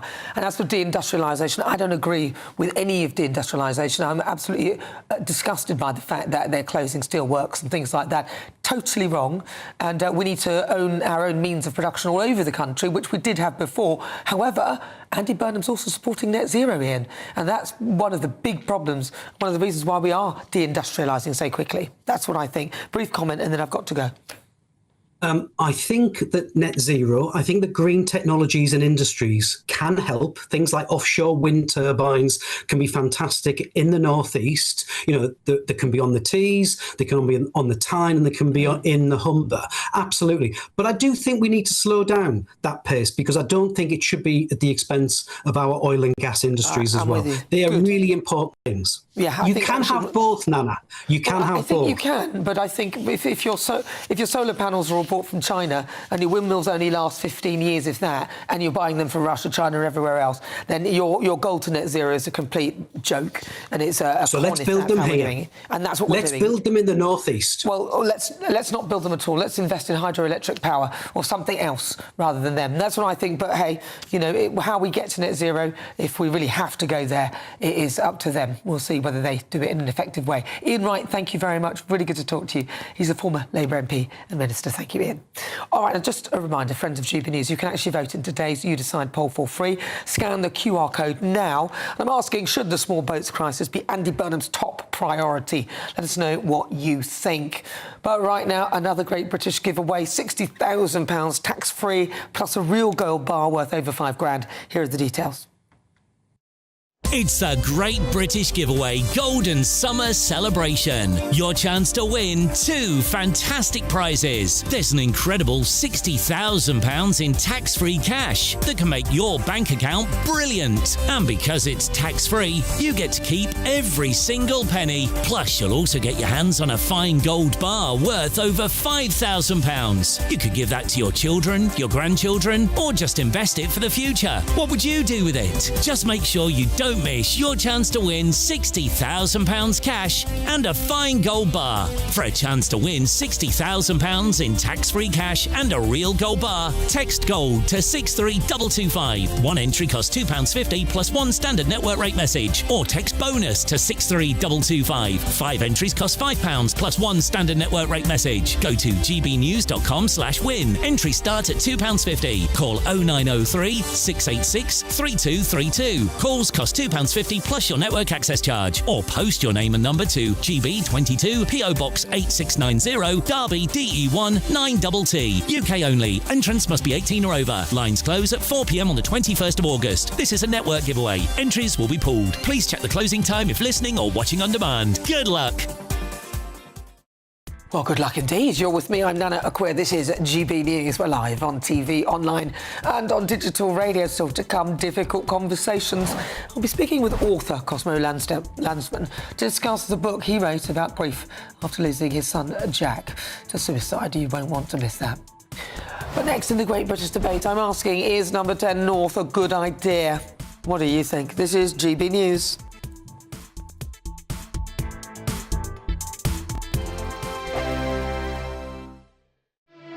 Here at GB News, we made a promise to tell your stories. And on the 6th of August, we're marking 5 years of doing exactly that. Celebrate with us by having your say. Join in the debates live on TV and radio.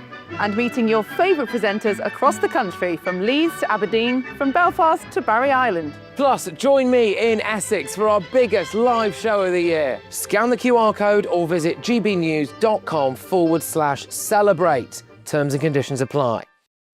At the stroke of midnight, the news doesn't stop, and neither do we. Day in, day out. Forget stuffy late night TV shows. We're giving you a front row ticket to the centre of the political universe. Because breaking news doesn't wait for the morning. And neither do we. Join us for one of the most controversial and volatile times of politics in human history. A very big story. Big story over here. You won't get this anywhere else. The Late Show live at midnight, every night. Only on GB News.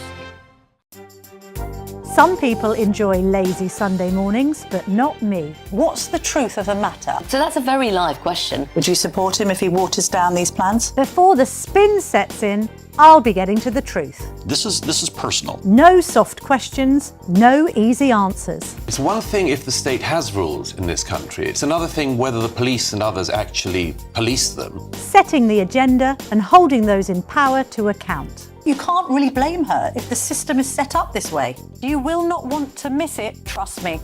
The Camilla Tominey Show, Sundays from 9:30, only on GB News. At GB News, we love to hear from you, our loyal community. So drop us a line at gbnews.com/yoursay. There you can talk to each other and also to the presenters live on air. gbnews.com/yoursay, because GB News is your channel, Britain's news channel. I've been in Westminster for a long time, but I know that though power may be here, its effect on people's lives is across the whole of the country. We may be where rules are made, but it's where they're implemented that matters. Join me, Jacob Rees-Mogg, for forthright and frank discussion on where Britain has come from, where it's going, and where it will end up. That's State of the Nation, Monday to Thursday, 8 to 9 o'clock. Vox Populi, Vox Dei. You want to know what's really going on in the corridors of power? Labour don't know what to do with you half the time, and that makes you quite lethal in the chamber. Get behind the headlines with Chopper's Political Podcast. Join me, Christopher Hope, as I sit down with the great and the good of British politics. We'll see where this ruling takes us. These are the stories shaping our nation. Chopper's Political Podcast, available now on all platforms. Listen in and stay ahead.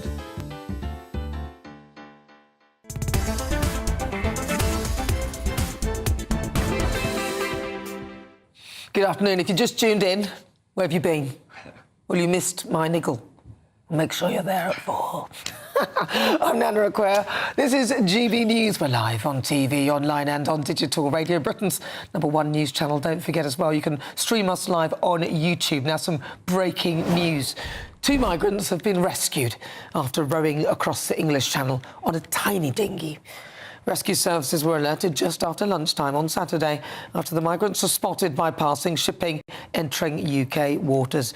The bizarre crossing, one of the smallest ever migrant arrivals, happened just days after authorities recovered 165 illegal migrants from the biggest migrant crossing on a single boat. I mean, it's totally brazen. So just to reiterate that breaking news, that rescue services have been alerted after lunchtime on Saturday after migrants were spotted by passing ships entering the UK.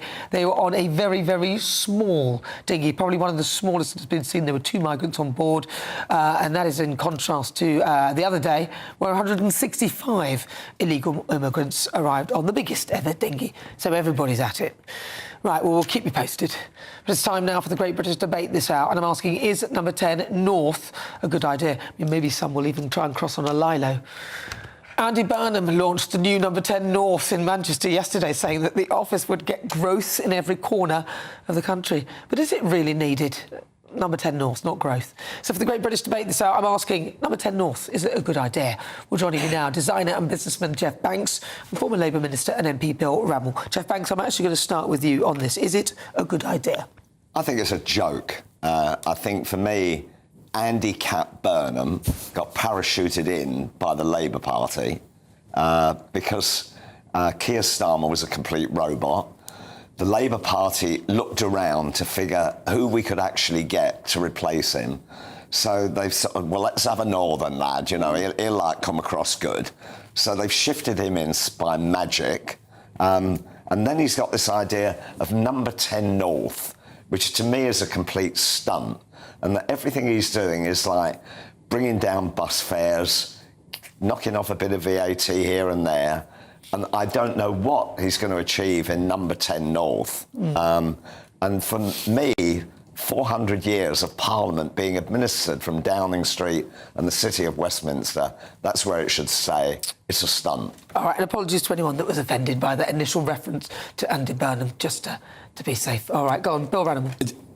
My difference on that, Jeff, is I don't think most of the viewers would get the Andy Cap reference. It's a bit too far in the past, but nevertheless... some people might be offended by that. Is number 10 North a good idea? Broadly, yes, but it needs clear explanation and communication. We have the most centralised state in the advanced world, and we do not get good outcomes for that. What's that measured from? We have the most centralised state in the advanced world. And who are the advanced? Copious research across the advanced world in terms of the system of government and decision-making. We are the most centralised. So devolution of power is... You've explained it by saying the exact same thing. Sorry, are they going to move the White House to Los Angeles? No. Let me come on. Decentralisation of power to mayors, to regions, is a good thing. And look at the evidence. You know, Greater Manchester and productivity is a key determinant of future economic growth. Under Burnham, Greater Manchester, 14% over recent years, compared to a national average of 3%. Bill, I'm really sorry. I'm just going to interrupt there, because nothing to do with the mayor, the growth in Manchester. Put that down to the Whittaker family that own Pier Holdings, that developed Salford. They own the Greater Manchester Ship Canal. They built Meadowhall. All of that stuff done by Pier Holdings. That's what's made Manchester great. I'm not going to claim... It's nothing to do with Andy Burnham. I'm not going to claim it's exclusively the responsibility of Burnham, because part of his agenda has been about embracing business and working with business. But if you compare and contrast the productivity growth in Greater Manchester compared to the whole of the rest of the country, it is significantly better. However... Not as great as Leeds. Yes, it is. Leeds is even better. No, it's not. Sorry. Check your research, Jeff. That's just not true. However, I'd give one note of caution.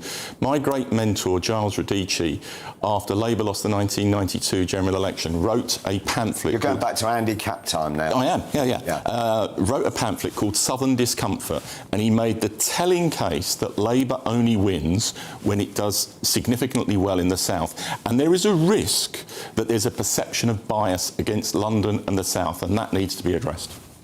Well, I actually think moving number 10 to the north isn't going to do anything. We already have very functioning councils around the country that actually do a great job regionally.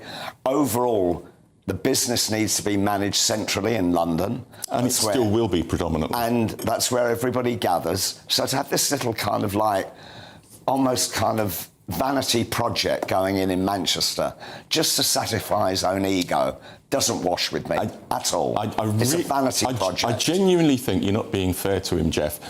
Devolution. I'm being very fair. He's going to spend 890 million a year moving number 10 to the north. Out of existing resources. You're not being fair to him because he genuinely believes in devolution of power. That's what he's demonstrated as the Mayor of Greater Manchester, and he thinks that's a model that can actually bring benefits to whole swathes of the country. Sorry, just because he believes it personally, some ego trip, does it mean that I've actually got to subscribe to it? No, it doesn't. But, I'm sorry. But you said it was a vanity project and an ego stunt. It's not. He genuinely believes that the devolution of power out of Westminster to make decision-making closer to where people live works economically. That's what and works councils are socially. there for. So whether you've got Hampshire Council, London Council, Leeds Council, that's what councils are there for. They get their funding from central government. That's what takes care of that. We don't need number 10 North. I'm going to be... And we certainly can save 890 million a year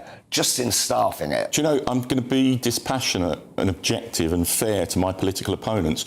George Osborne, with the Northern Powerhouse and the model of devolving power to regional mayors, was the forerunner of this, and I think he got it right, and Burnham's looking to take it I don't further. argue with that. You have regional power through the county councils. You don't need number 10 at 890 million a year, plus security and all the rest of it. That We don't security require would be it. it's unnecessary. Wherever it was needed.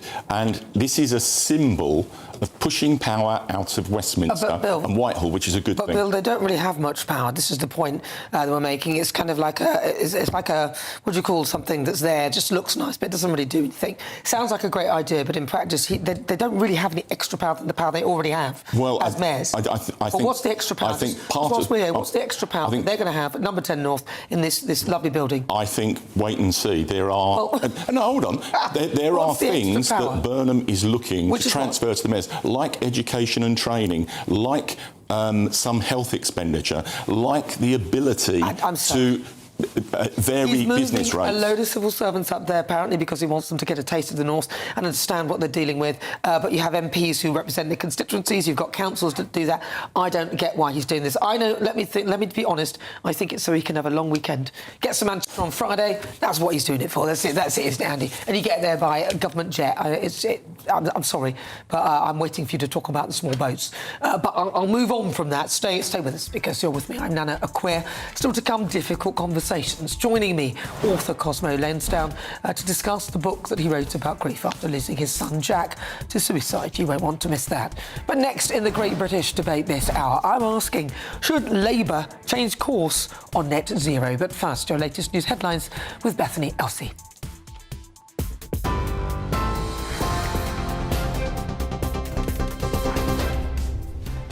Good afternoon. The headlines from the GB Newsroom.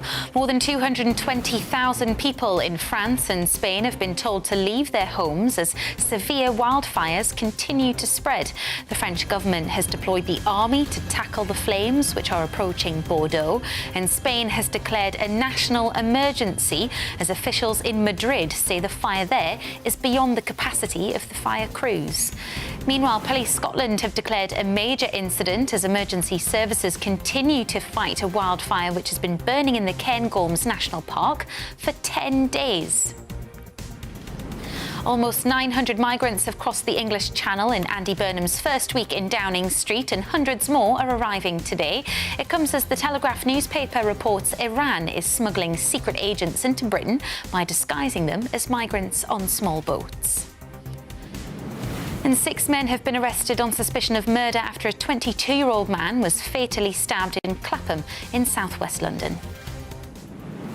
Those are your latest headlines. I'll have more for you in half an hour. Take the GB News family with you on any device. As long as you have an internet connection, tune into GB News anywhere on the planet or beyond.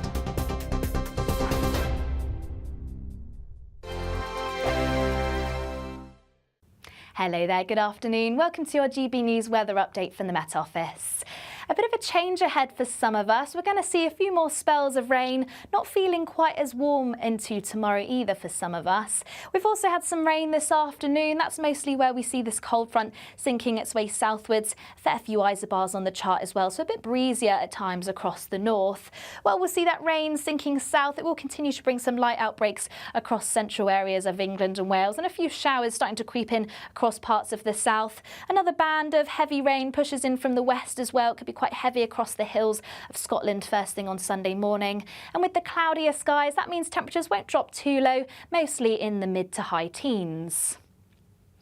So to start on Sunday, it's going to be rather unsettled across Scotland. Quite a wet start and quite windy across some coastal areas as well. And still, some of this rain could be a little bit heavy across the hills. Very similar across Northern Ireland and northern parts of England. Most of the rain will have cleared, but we've got plenty of cloud and scattered showers following on behind. And a similar picture elsewhere across England and Wales. Now, across much of the south and southeast, they will see some splashes of rain as we head through tomorrow, but very light outbreaks and very hit and miss showers, so some areas will still remain dry. But across Scotland, Northern Ireland, northern parts of England, and at times across the Midlands, we will see some showers which could turn a little heavy. But any showers we do see across the south will have fizzled away by the afternoon, so more sunnier spells to develop here.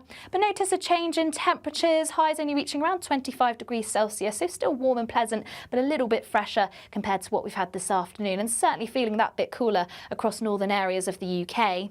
Some showers still lingering across the evening before eventually fading away. Plenty of clear skies across Scotland actually to finish off the day, so a cooler night here. And then sunshine will build back through into next week along with the higher temperatures. I've been in Westminster for a long time, but I know that though power may be here, its effect on people's lives is across the whole of the country. We may be where rules are made, but it's where they're implemented that matters. Join me, Jacob Rees-Mogg, for forthright and frank discussion on where Britain has come from, where it's going, and where it will end up. That's State of the Nation, Monday to Thursday, 8 to 9 o'clock. Vox Populi, Vox Dei. Welcome to Free Speech Nation with me, Josh Howard.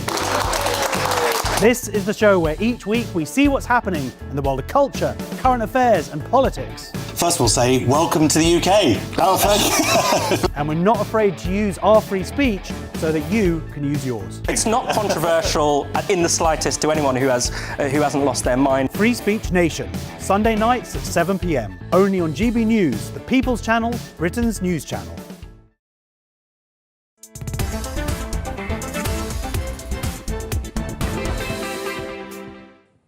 39 minutes after 4 o'clock. Welcome on board to GB News. We are Britain's #1 news channel. I'm Nana Akua. Right now, that it's time for the Great British Debate this hour. I'm asking, should Labour change course on net zero?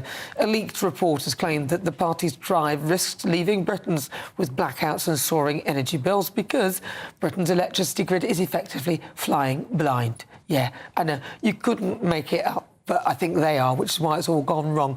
A date plucked out from the middle of nowhere, 2050. Why? So for the Great British Debate this hour, I'm asking, should Labour change course on net zero? Now, of course, they didn't pluck that date out. Theresa May did. Joining me now, designer and businessman Jeff Banks, and also former Labour Minister and MP Bill Rammell. Bill Rammell, is it time? Change course.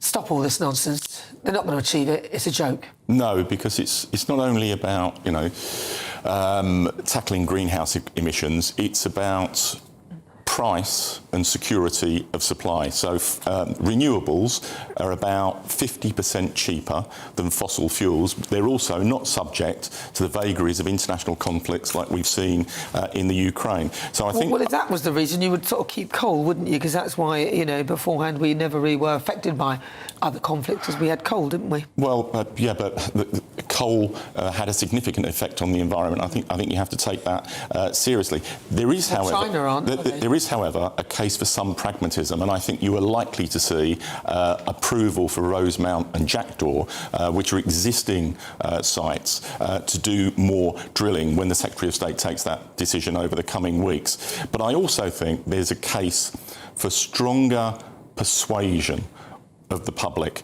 If you look at the polling evidence, by 2 to 1, people back net zero, but I think Ed Miliband was sometimes too ideological around this agenda, and you need to tell a story and explain to people the direction of travel. I think that they conflate backing net zero with the wish to have a clean environment, because nobody really, if you were to say to me, would I wish for a cleaner planet? Everyone would say yes. If you said to me, would I like net zero? I would say no.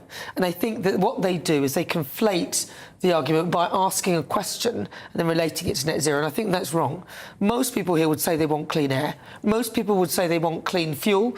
But if you said, OK, well, you're going to need an electric car, we're going to do net zero, I think the majority of people would say no. And they are turning their backs on net zero. I just want to bring Jeff Banks in, Jeff. I think the whole net zero thing is a complete falsehood. I think that Al Gore started it in 2020 when he actually came out with his book and movie about the unforgivable truth, I think it was called. I think the fact that Obama actually made carbon dioxide and actually proclaimed that it was a detrimental additive to the environment. I've forgotten exactly what his wording is. But the fact is, without carbon dioxide in the atmosphere, nothing would grow. So it's a fundamental building block for everything that actually grows on the planet. So to achieve net zero, what's the point of it? To ban carbon dioxide is absolute fallacy, one. We're at almost the lowest point of carbon dioxide on this planet for the last 1.5 million years. It went down to 180 parts per million. It's now at about 480 parts a million. Carbon dioxide is actually beneficial to the planet. So all of this nonsense about carbon dioxide being related to climate warming is a complete fallacy. Well, the words that Obama used were carbon pollution. That's what he said. He said it was a pollution. Yeah, he called it carbon pollution. It's not a pollutant, absolutely not. So I think the public have been sold a bill of goods that they're not really aware of what the science is. And the science is actually the reverse of what we're being told. Jeff. So then I actually get on to not confusing it with wanting clean air. Carbon dioxide has got nothing to do with clean air or not clean air. It's a completely different situation. Jeff, I respect you, but 99% of scientists don't agree with you.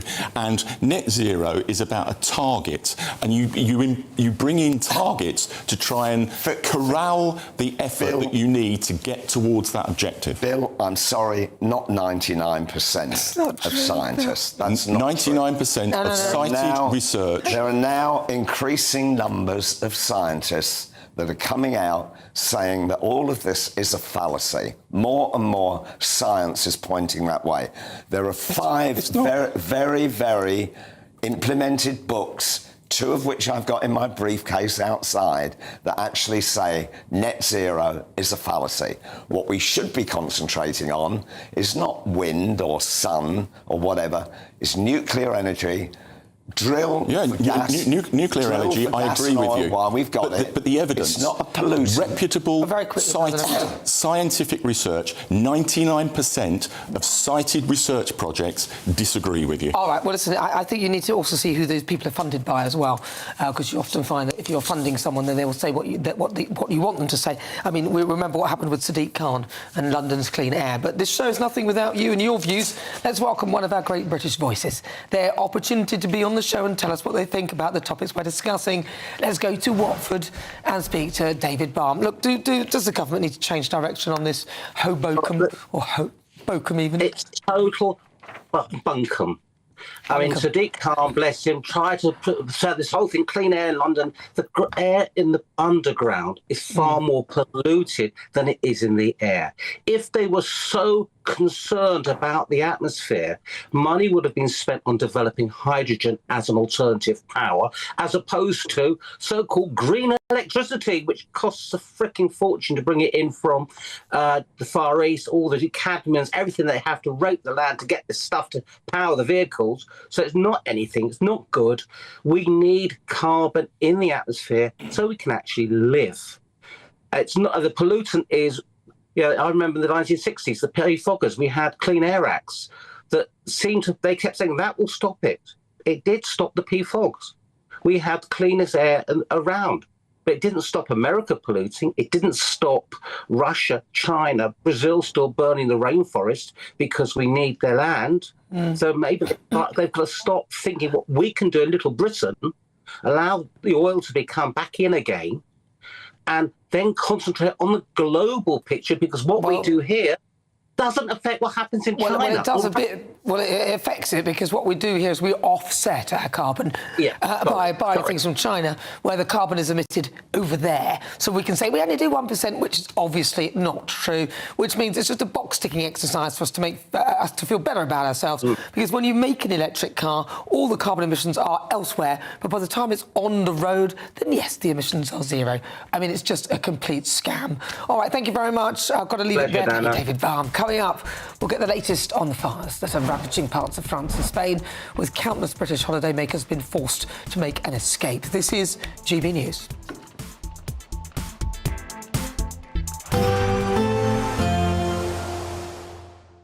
Can't wait to get in that sea. Lovely and warm. Just like the feeling of having great travel insurance. All Clear Travel Insurance sponsors GB News travel destinations forecast. A few showers possible over parts of northern and eastern Italy during the course of the weekend. There's been quite a lot of showers recently in northern Turkey. They are fading for Sunday. Much of the south of Turkey dry and sunny, along with most of Greece on Sunday as well. Southern Italy still hot and sunny as well, but further north there is the potential for some big thundery showers. Could even see one or two in Mallorca. Most of Spain and Portugal dry and sunny spells for Madeira and the Canaries. Lots more sunshine to come into next week. All Clear Travel Insurance sponsors GB News travel destinations forecast. GB News Breakfast. Every day from 6 a.m. What do you think about where we're going to get our future athletes and our Olympians from when we're telling our children, oh, you can't go out and partake in sports today because it's a bit hot?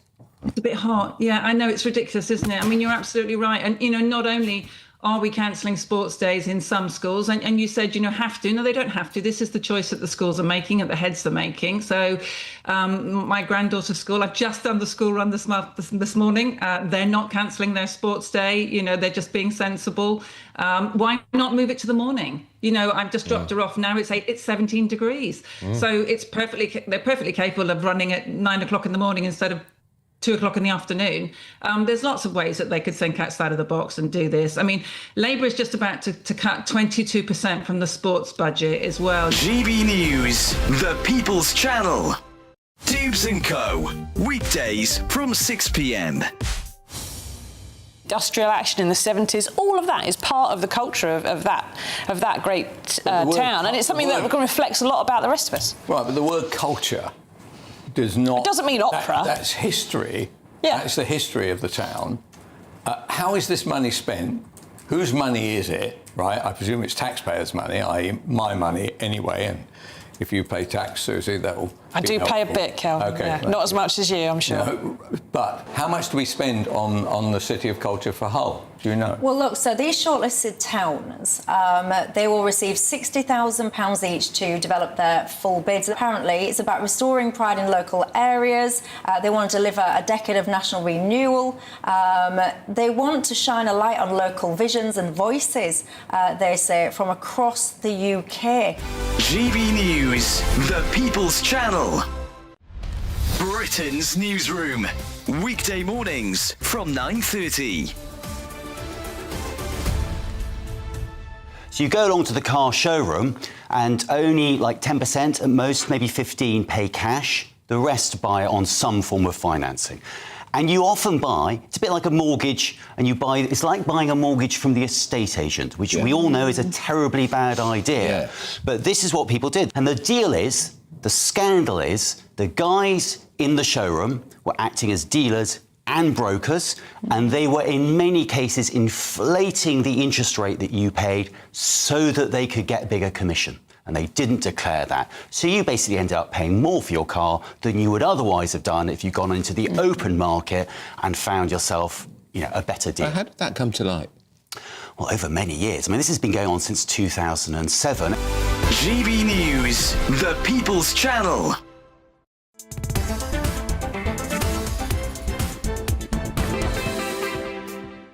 Good afternoon. It is just coming up to 9 minutes to 5 o'clock. I'm Nana Akua. Now, if you are abroad, be warned, France, Spain, firefighters are struggling to contain wildfires raging across Europe. They forced 270,000 people to evacuate parts of France and Spain. Authorities ordered a total evacuation of Cap Ferret, the region in France. Meanwhile, in Spain, the Prime Minister Pedro Sanchez warned that complex hours lay ahead. Well, I'm joined now by freelance journalist Annelies Borges. Annelies, sorry, there's no G in there. Annelies, so you're on a boat, so you're safer than the others, I guess, because you're in the water. Are you anywhere near what is happening? Well, I'm near one of the focuses of the firefighters' efforts as we speak. This is the Var region, more precisely the Gulf of Saint-Tropez. And over the last few days, we've seen several fires breaking out around here. Over the mountains you see behind me, and Canadair, these firefighter planes have been scooping up water from the Mediterranean Sea and then flying over by the fires to try and contain the situation. But this is obviously a massive, massive crisis for authorities here in France. They're talking about a crisis of unprecedented scale because of the area burned, the surface of land burned so far. Authorities here in France are now talking about 100,000 hectares burned so far this year. And the amount of people affected, 200,000 people have been evacuated across the areas affected. As you mentioned, the Gironde region, the southwest of France, Cap Ferret, but also Bordeaux are the worst hit areas. The airport in Bordeaux has been shut, and Bordeaux, which is a city of 200,000 people, is being threatened by the flames. Authorities there are asking residents and tourists alike to remain vigilant. Do they have any idea how these fires have started? Like, it could be a natural phenomenon, but often in these cases we've got arsonists, many of which are to blame. So far, authorities here in France are being very, very cautious with regards to what caused these fires, especially because we've seen here in France record-breaking temperatures over the last few months. We've seen at least 2 heat waves break all records in terms of highest temperatures ever recorded. And that, of course, has dried up the land. That, combined with the strongest winds this season has seen so far, strong and very erratic winds, has made it to a very deadly combination. Authorities insist that they are putting everything they can into fighting the flames. They have, of course, France has triggered the European Union civil protection mechanism to try and bring in more aircraft, but also personnel from other parts of Europe. And they have, of course, deployed the military now to try and help contain the fires. So it's a very serious situation. Well, Annelies, I think you're on the safest place there on a boat. I'd stay on there. Loads of water there. Annelies Borges, thank you very much. All right, plenty more still to come, including difficult conversations. I'll be speaking with author Cosmo Landsman to discuss the book that he wrote about grief after losing his son Jack to suicide. Stay tuned, you won't want to miss it. But first, weather.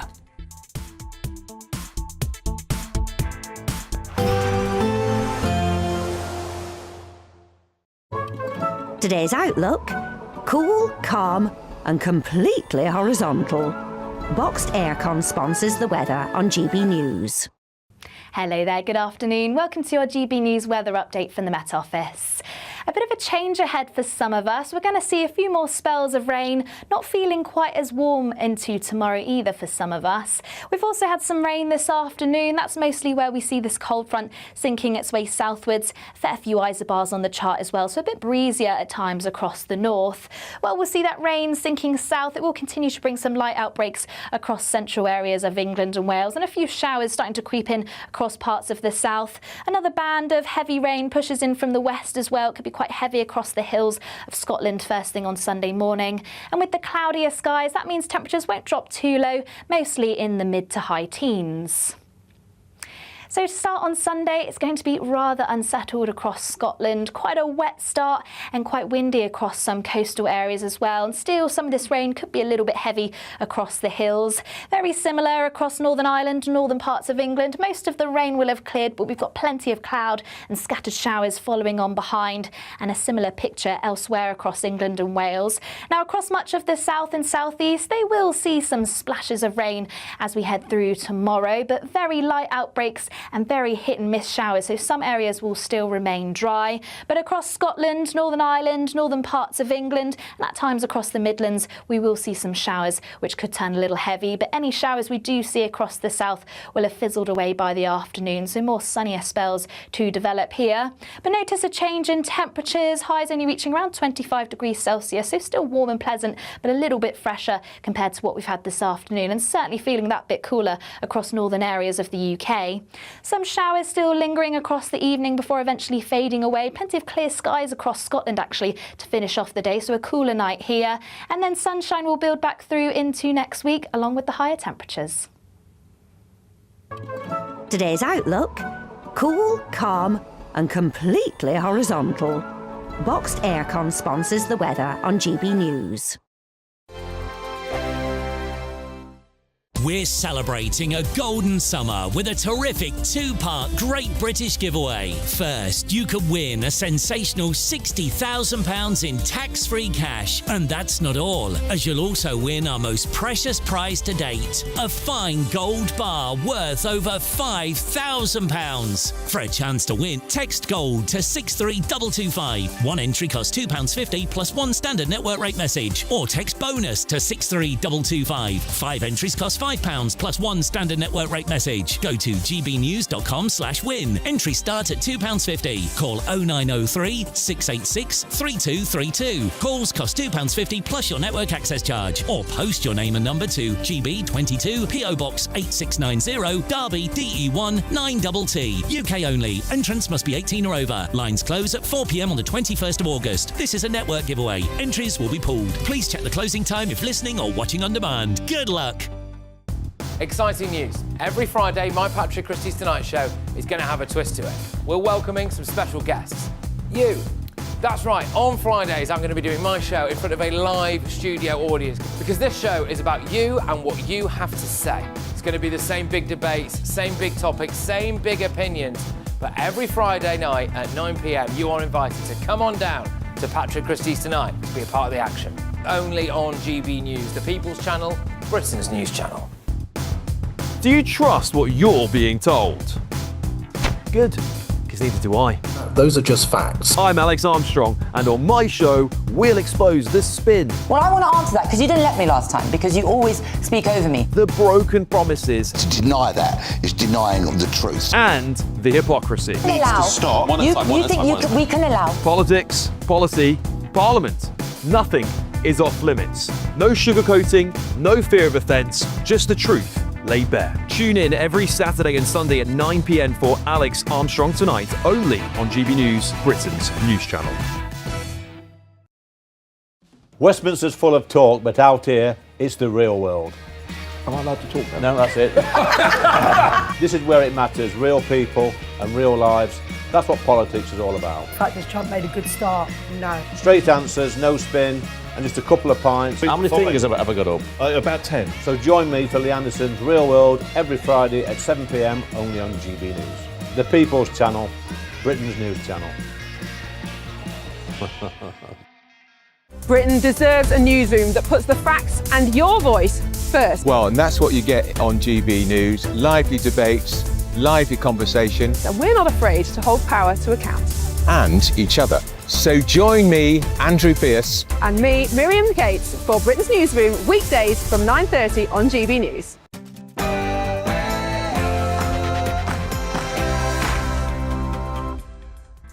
Hello, good afternoon and welcome to GB News. We're live on TV, online and on digital radio. It is 5 o'clock. I'm Nana Akua. And for the next hour, me and my panel will be taking on some of the big topics hitting the headlines right now. This show is all about opinion. It's mine, it's theirs, and of course it's yours.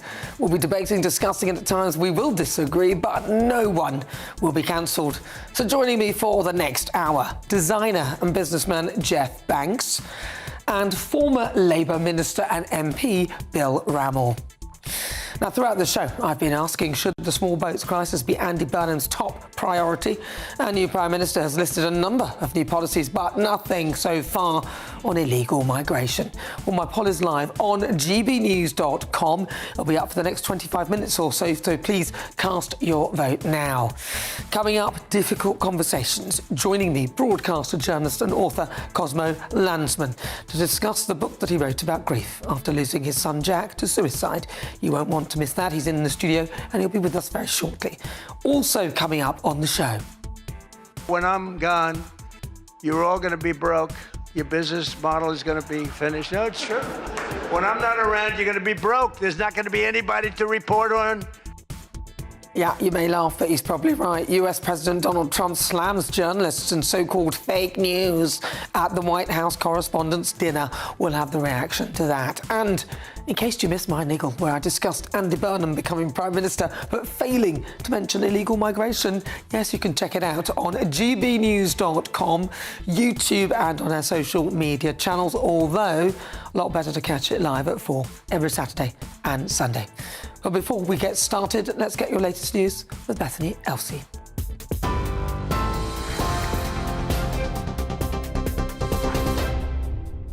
Nana, thank you. Good evening. Your top stories at 5:01.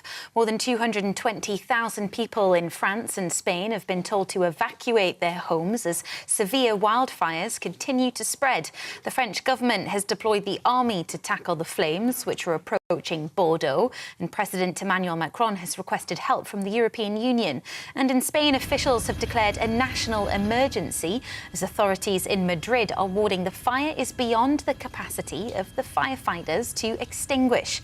And closer to home, a major incident has been declared by Police Scotland as emergency services continue to fight a wildfire which has been burning in the Cairngorms National Park for 10 days. All 650 residents in the village of Nethybridge have been evacuated as a precaution. Almost 900 illegal migrants have crossed the English Channel in Andy Burnham's first week in Downing Street, as hundreds more are arriving today. Meanwhile, a new investigation in the Telegraph newspaper has revealed that Iran is smuggling secret agents into Britain by disguising them as migrants on small boats. Authorities have reportedly intercepted individuals linked to Tehran intelligence agencies with the help of drones and AI. The Essex Fire Chief has commended the remarkable courage of the firefighters who responded to a huge fire and explosion at an industrial unit. It's reported the fire spread to a fertiliser store and caused an explosion, destroying 3 fire engines and 2 officer cars. More than 100 crew were tackling the flames. 20 of those were injured and taken to hospital, but have since been released.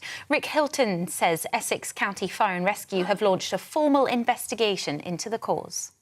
Yesterday's incident presented exceptionally challenging and hazardous conditions.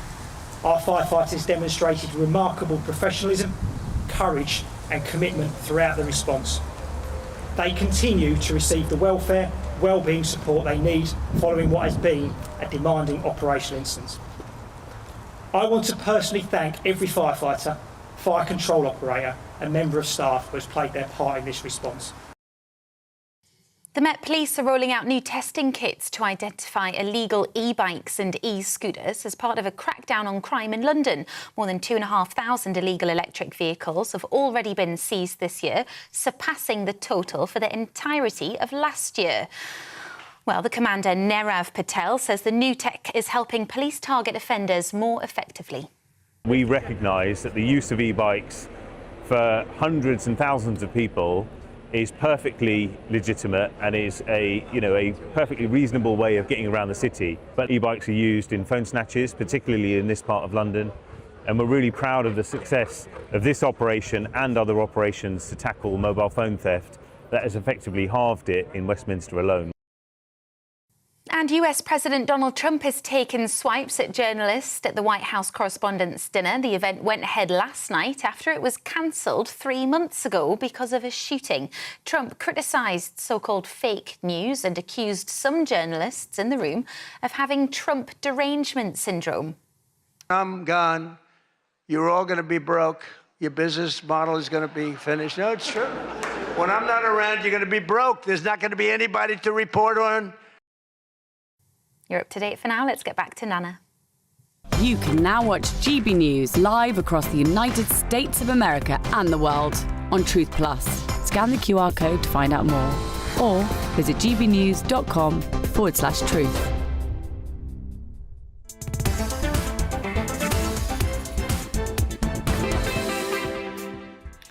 Good afternoon. It's just coming up to 6 minutes after 5 o'clock. I'm Nana Akua. Welcome on board. We are GB News, Britain's #1 news channel. Coming up in this hour, Andy Burnham promised a fresh start, but after a whirlwind of new policies, funding questions and cabinet rows, how has his first week as Prime Minister really gone? We'll have the latest reaction and ask why he hasn't talked at all about the small boat crisis. And in difficult conversations, joining me, broadcaster, journalist and author Cosma Landsman, to discuss the book that he wrote about grief after losing his son Jack to suicide. That is on the way just after 5. And US President Donald Trump slams journalists and so-called fake news at the White House Correspondents' Dinner. We'll get your latest reaction. That is all coming up as ever. Send me your thoughts, post your comments, gbnews.com/your say.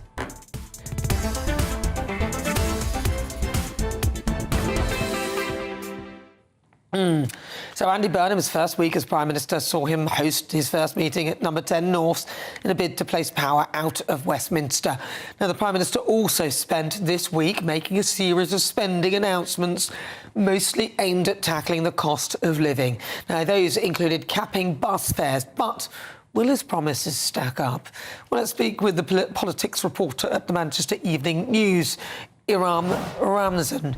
Iram, welcome to the programme. So, look, you're there in Manchester, Andy Burnham there, number 10 North. What's the general vibe? Is everybody very pleased with it there? Hi, thanks for reminding me on.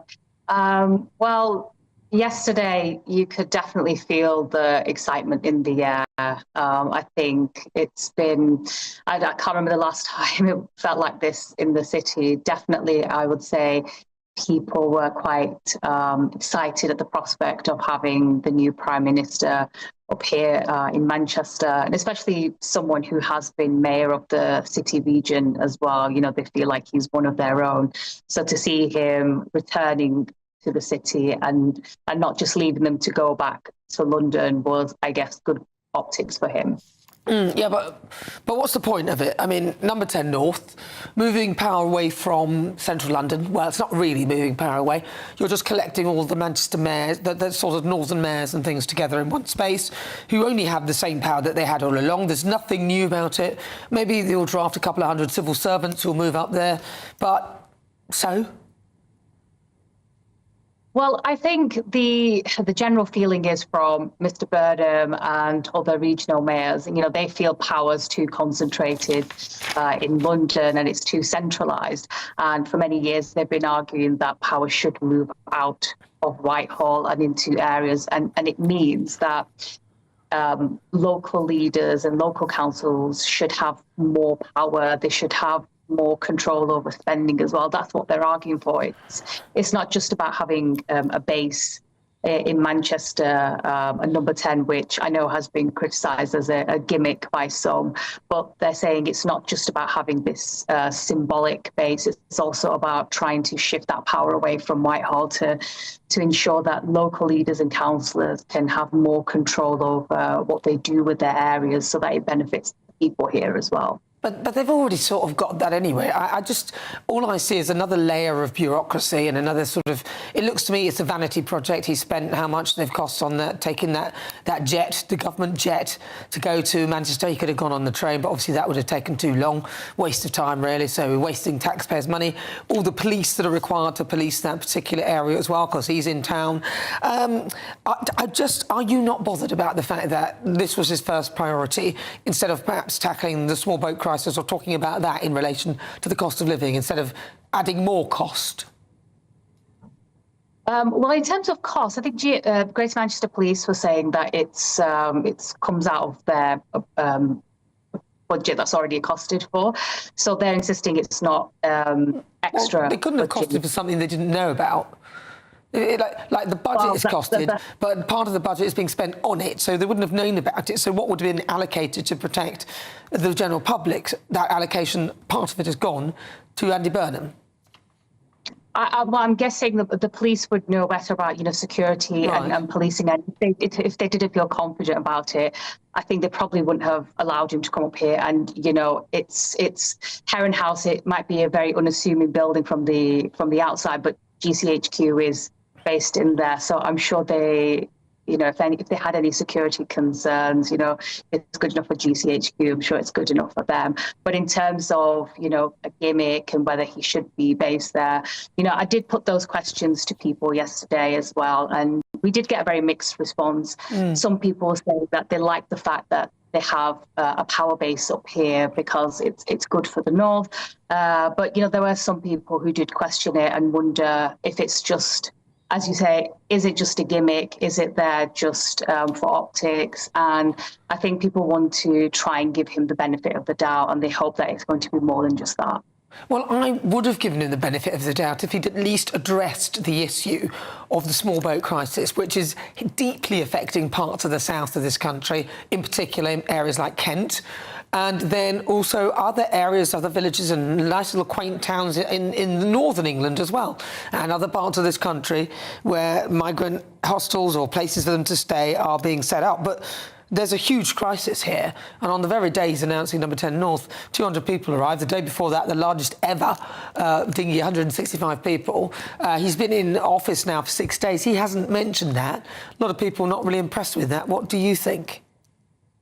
Yeah, there's a lot that Mr. Burnham hasn't mentioned yet. I mean, we did have a brief interview with him on Friday, and maybe in due course we'll have a proper sit down with him. I know he's doing one with the BBC tomorrow. Perhaps they will address these questions to him. And you're right, certain questions do need to be answered. Certainly when we've been out on the doorsteps throughout the local elections and the Makerfield by-election, immigration did come up, and I hope he does address it in due course. And, there were also concerns around what his new cabinet would look like. And there were suggestions that if he removed Shabana Mahmood, the current Home Secretary, from her position, that would potentially water down any new immigration regulations that have been brought into place. But he kept her on, and we're guessing maybe that means he's going to continue with the policies that Keir Starmer and Shabana Mahmood have been pursuing. Well, I mean, let's keep the hope in every heart that he'll actually mention it. Really good to get your take on that. That is politics reporter at the Manchester Evening News, Iram Ramzan. OK, well, there you go. So a mixed response to Andy Burnham's Number 10 North. What do you think? I'd love to hear your thoughts on it. I would be more convinced if he mentioned the huge crisis affecting the very south, where you've got migrants arriving on a daily basis, and he got lucky because there was well, unlucky for the good weather, but lucky for the last few days as the weather's been bad. Well, just a reminder, GB News viewers, you can vote on today's You Decide poll. It is free. Scan the QR code now. I'm asking, should the small boat crisis be Andy Burnham's top priority, seeing as I thought that the number one priority of government was to protect its people? Let us know what you think, and I'll bring you the results later on in the next 20 minutes or so. Right. Let's talk about Donald Trump, because he has issued a stern rebuke of media outlets attending the White House's Correspondents' Dinner. He accused them of producing fake news and having Trump derangement syndrome. The US president also said that the news industry would be broke after he leaves office, jokingly suggesting that he'll run again for a third term. I'm not so sure I think that was a joke. Well, I'm joined now by political podcast host Justin Young. Justin, did you attend this dinner, and if not, what can you tell us about it? No, while I was in town for the first White House Correspondents' Dinner that wound up not happening, I did not make my way back to D.C. for this one. But It is kind of a melding of something that has always been true. Donald Trump has loved the press for as long as he has been involved in public life and beyond politics. When he was just a celebrity in New York City, he has always worked closely with newspapers and columnists and television anchors. So it is kind of odd that this was the first time that he actually came to the Correspondents' Dinner, but it's obviously an uneasy relationship, as the cool reaction to his comedy routine certainly betrayed. Well, you're saying comedy routine, but everybody's there. It is comedy because it's really good fun. That's why we're all there. We like to have a laugh at what he's going to do. It's going to be pretty boring if he leaves office. Do you think he's joking when he talks about a third term? I think he's serious. I think, Nana, you have to be clear. He said that he was going to win a fourth time. Yeah, he did. He is obviously saying that he also won in 2020. I think he was as serious about that as he was saying that when the gunshots went off at the first White House Correspondents' Dinner and people were screaming, "Get down," that Nicki Minaj started twerking. I think that this was a comedy routine, as is often the case, and as really is tradition at this event, where presidents cut loose a little bit and have fun. I think that was more what was happening there. What do you think of Donald Trump? What do I think of him? Yeah, what do you think? I think that it's kind of hard to put it into a television soundbite, right? He has defined not only American politics for the last decade, but global politics. He is somebody that immediately auto-completes not a sentence in people's heads, but paragraphs. He has electrified a new coalition, totally redefined politics in America, but also I think was a harbinger to politics in the UK and elsewhere throughout Europe. I don't know. To discuss Donald Trump, you first need to understand what he has done to kind of the global order, and it's massive. Yeah, it is. And also what he's done in terms of migration for the United States. Love him or hate him, he's got that under control. It needed to be under control. You might not like the way he's done it, but he's actually done it. I mean, if anything, he solved it too fast. That's been his thing, is that it went away. It was a major issue. And now, as we come up to the midterms, as you know, in politics, this is a "what have you done for me lately" kind of business. So the fact that the issue just sort of gone means that everybody has moved on to other stuff. And, he really does have a pickle on his hands now, because the one thing that he had always hedged on was cheap gas. And with the skirmish or conflict, I don't know what we're calling it for legal reasons here in America, but the conflict in Iran has made that a little dicier. And, we'll see whether or not it's able to get under control as we get closer to the midterms. Yeah, it'll be interesting to see what happens there. Well, look, it's been really good to talk to you, Justin. Thank you very much. Always. That's Justin Young. He's a political podcast host.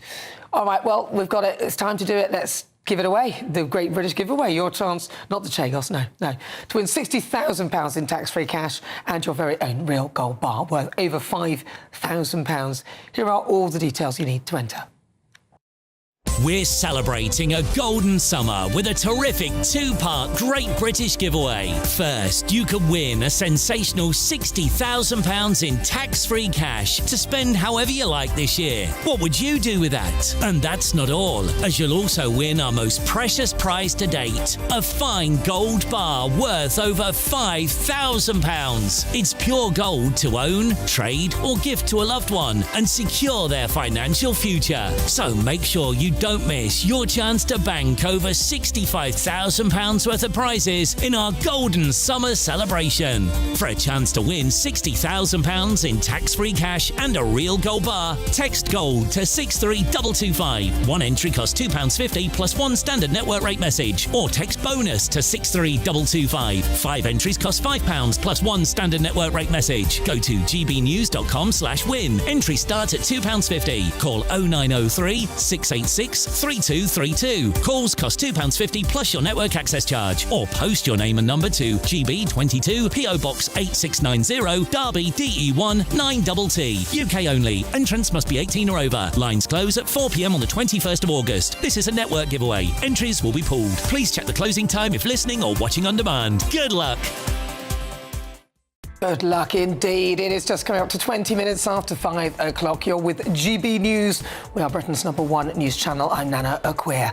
Right, next up, difficult conversations. I'll be speaking with author Cosmo Landsman to discuss the book that he wrote about the grief after losing his son Jack to suicide. Stay tuned, that is next.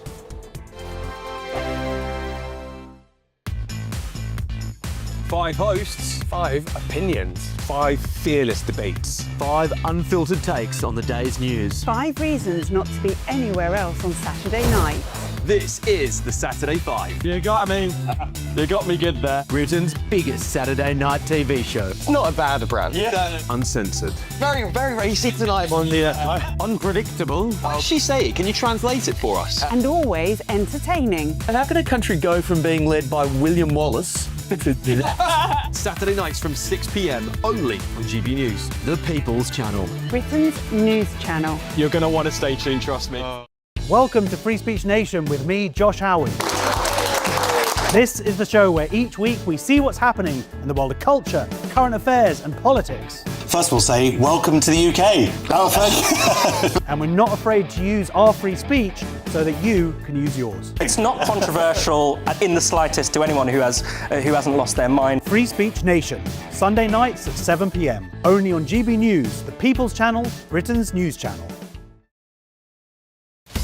Breaking news, live updates, stories that matter. From the heart of the GB newsroom to every corner of Britain, with our team of dedicated journalists across the UK. GB News bulletins are there to deliver the latest news that matters to you. Bulletins on GB News, the People's Channel, Britain's news channel.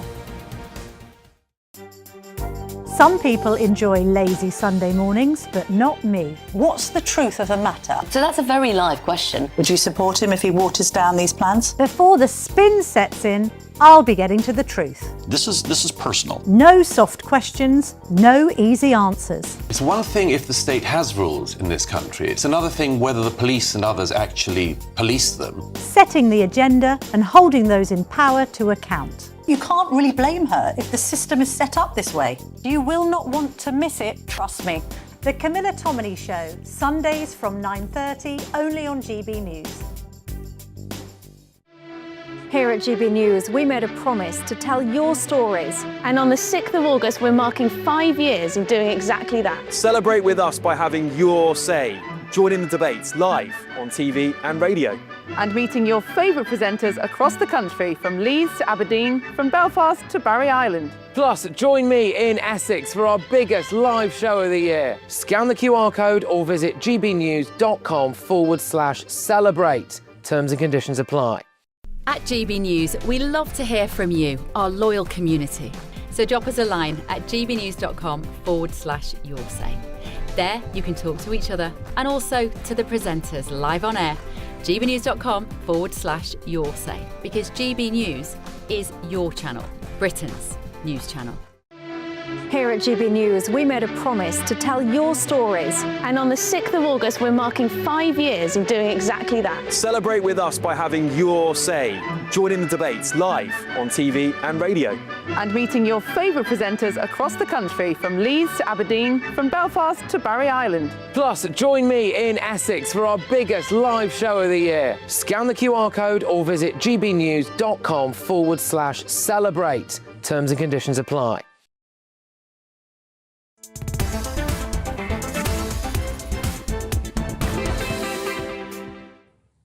Good afternoon and welcome to GB News. We're live on TV, online and on digital radio. 23 minutes after 5 o'clock, I'm Nana Akua. Now, a warning that some viewers may find some of what I'm about to discuss upsetting. It's time for this week's Difficult Conversations, which is with broadcaster, author and journalist Cosmo Landsman. Now, after the suicide of his son Jack in 2015, Cosmo took what he describes as the do nothing, say nothing and feel as bad as possible option. However, he realised that this was the wrong approach and wrote a book about overcoming grief. Well, I'm pleased to say that I'm joined in the studio by Cosmo now.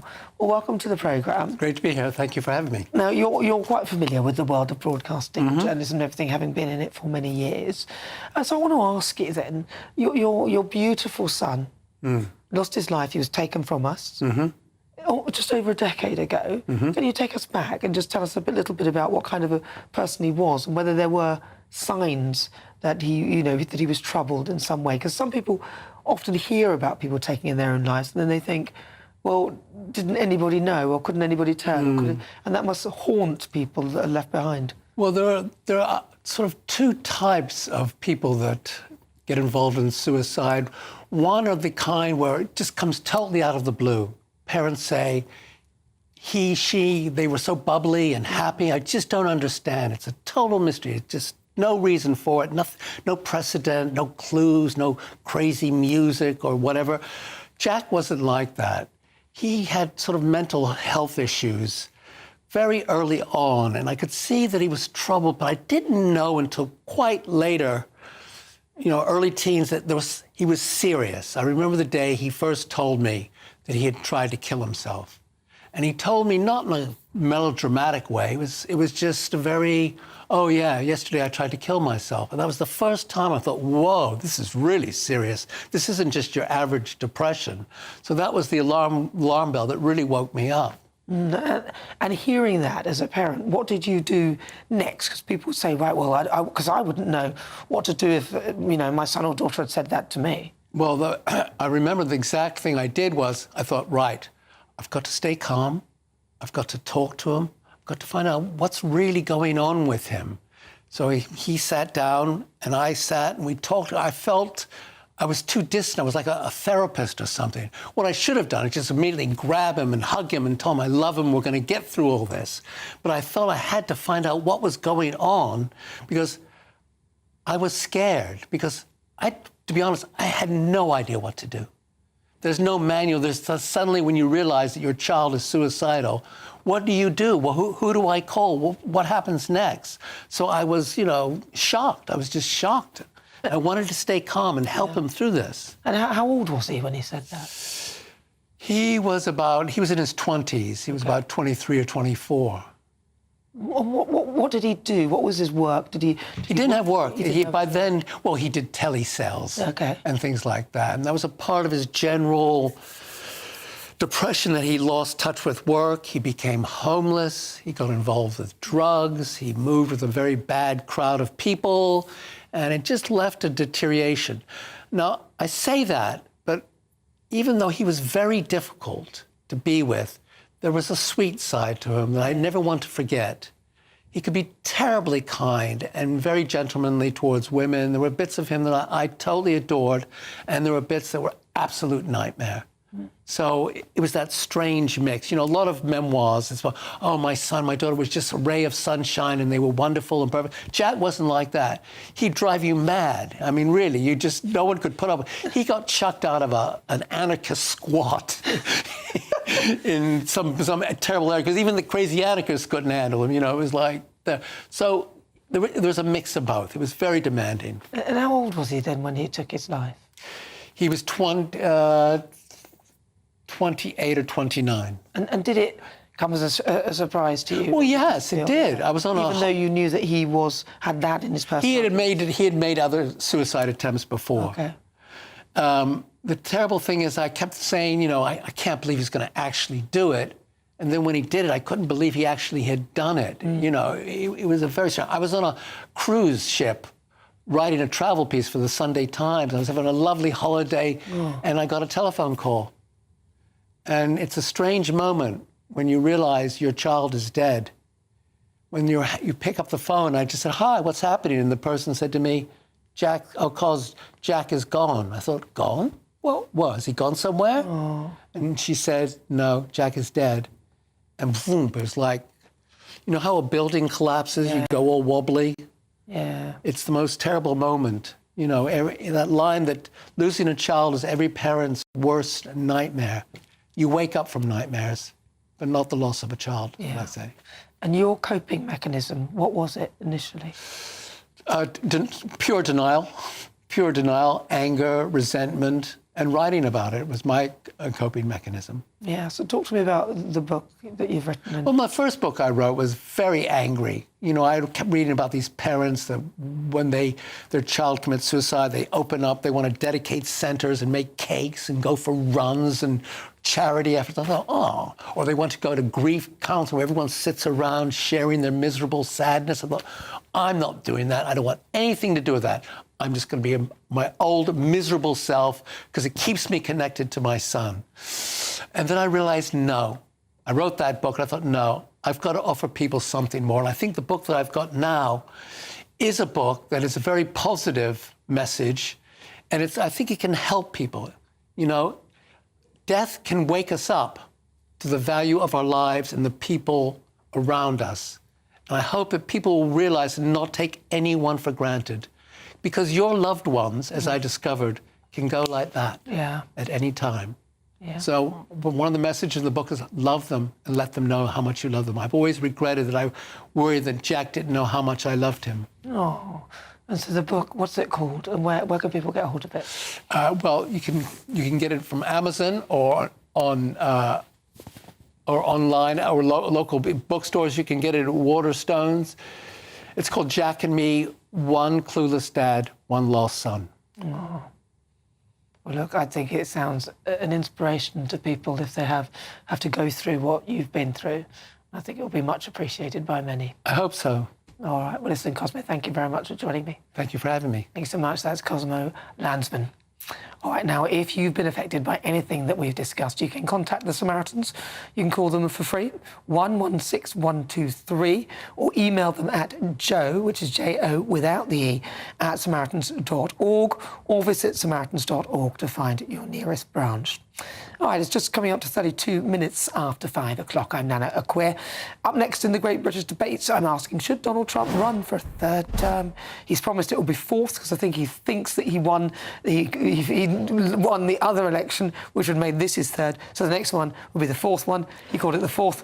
You'll hear the thoughts of my panel, Jeff Banks and Bill Rummel. But first, your latest news headlines with Bethany Elsey.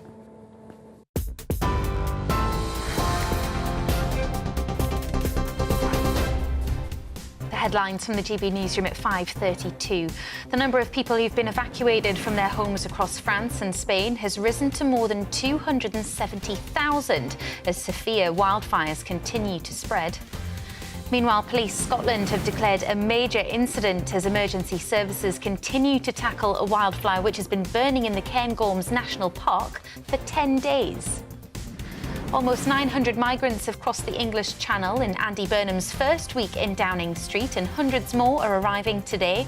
It comes as the Telegraph newspaper reports Iran is smuggling secret agents into Britain by disguising them as migrants on small boats.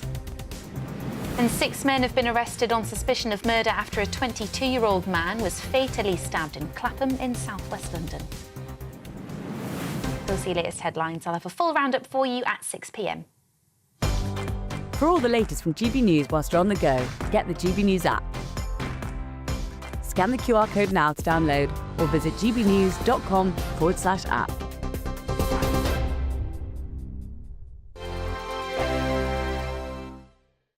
Hello there, good afternoon. Welcome to your GB News weather update from the Met Office.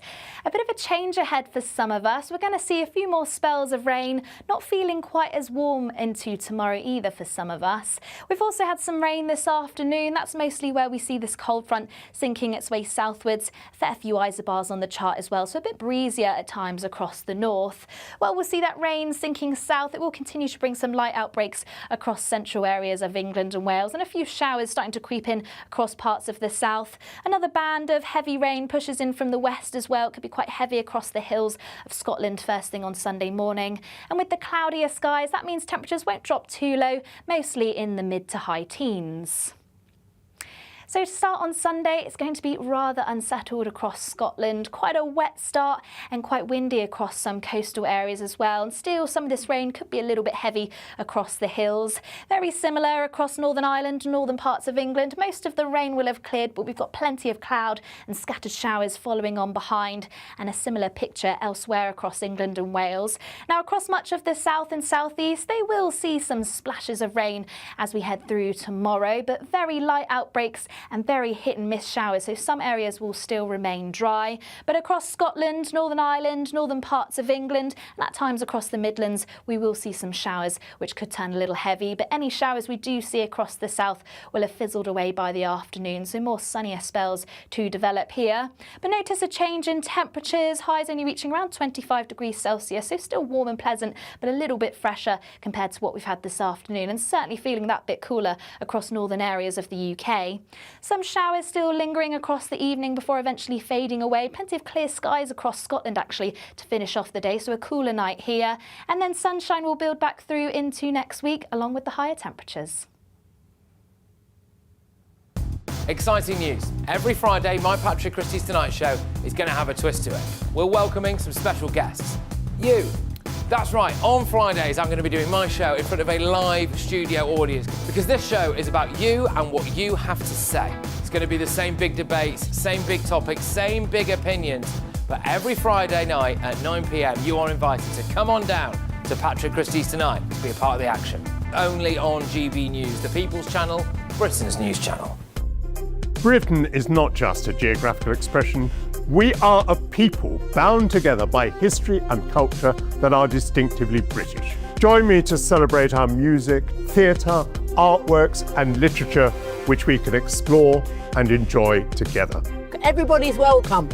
Sunday with Michael Portillo. Every Sunday at 11 a.m. on GB News, the People's Channel, Britain's news channel. Some people enjoy lazy Sunday mornings, but not me. What's the truth of the matter? So that's a very live question. Would you support him if he waters down these plans? Before the spin sets in, I'll be getting to the truth. This is personal. No soft questions, no easy answers. It's one thing if the state has rules in this country. It's another thing whether the police and others actually police them. Setting the agenda and holding those in power to account. You can't really blame her if the system is set up this way. You will not want to miss it, trust me. The Camilla Tominey Show, Sundays from 9:30, only on GB News.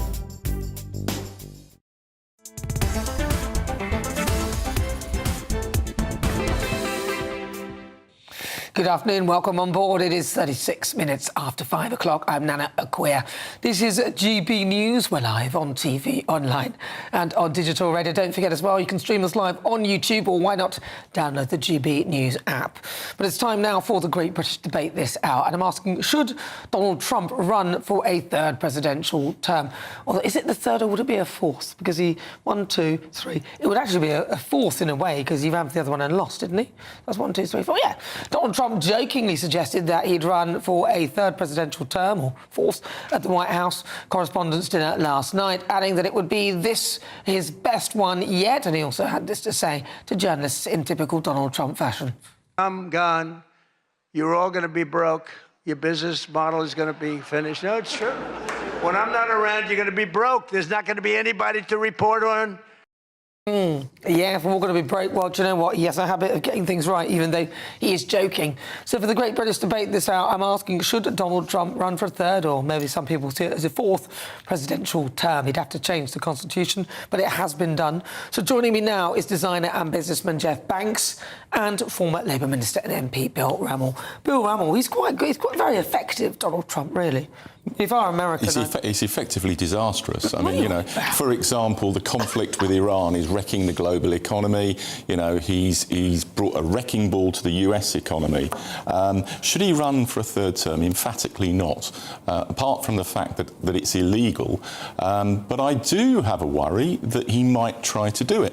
You know, he's facing disastrous midterm elections in November, after which he will be a lame duck president, and it wouldn't surprise me if he does try to subvert the Constitution and run for a third term. I think ultimately he won't succeed because the checks and balances in the US system will stop him from doing so. I think it's already been done once before, though, where the terms of it were changed. I do a bit of research to find out. Well, 1951, yeah, they brought in legislation to stop people having more than 2 consecutive terms. Well, you know, you say that he's been disastrous in Iran, but what would you have done? Would you have just stood by after the IRGC executed all those people, up to 40,000? I wouldn't have gone in without a plan and a strategy. But you don't know that he didn't have a plan and strategy. Of course, it's absolutely obvious. Well, not really. He's struggling like mad. He's gone in.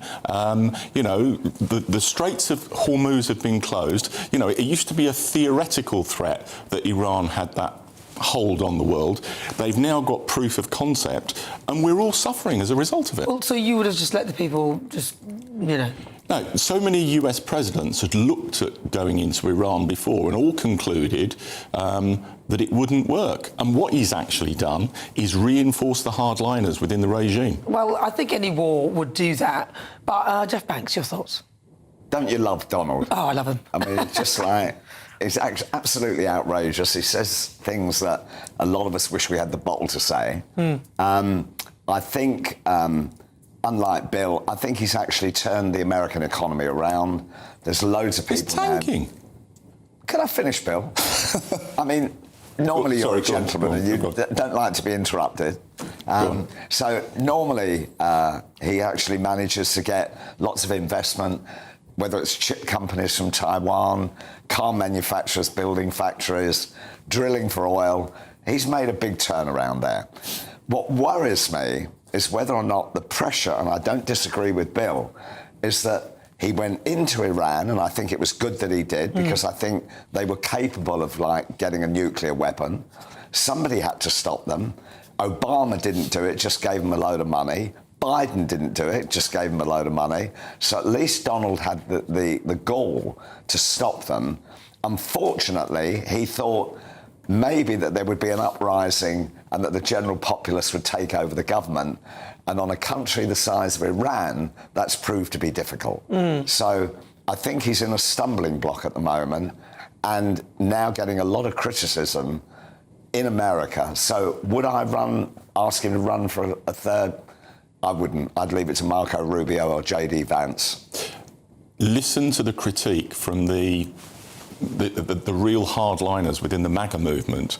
They think he's totally betrayed their agenda, you know, never involving America in foreign wars. Listen to people like Tucker Carlson, and they're giving it to him big time, and that is seeping through into the polling. You know, that's why he's facing a disaster come November. Sorry, Tucker Carlson's been discredited in America, so I don't take anything he says as... Yeah, but he's not the only one, Jeff. There's numerous critics on the right of American politics who think that Trump has betrayed them and is a disaster. Don't disagree there, but, you know, to say, could he have gone in with a strategy of getting out?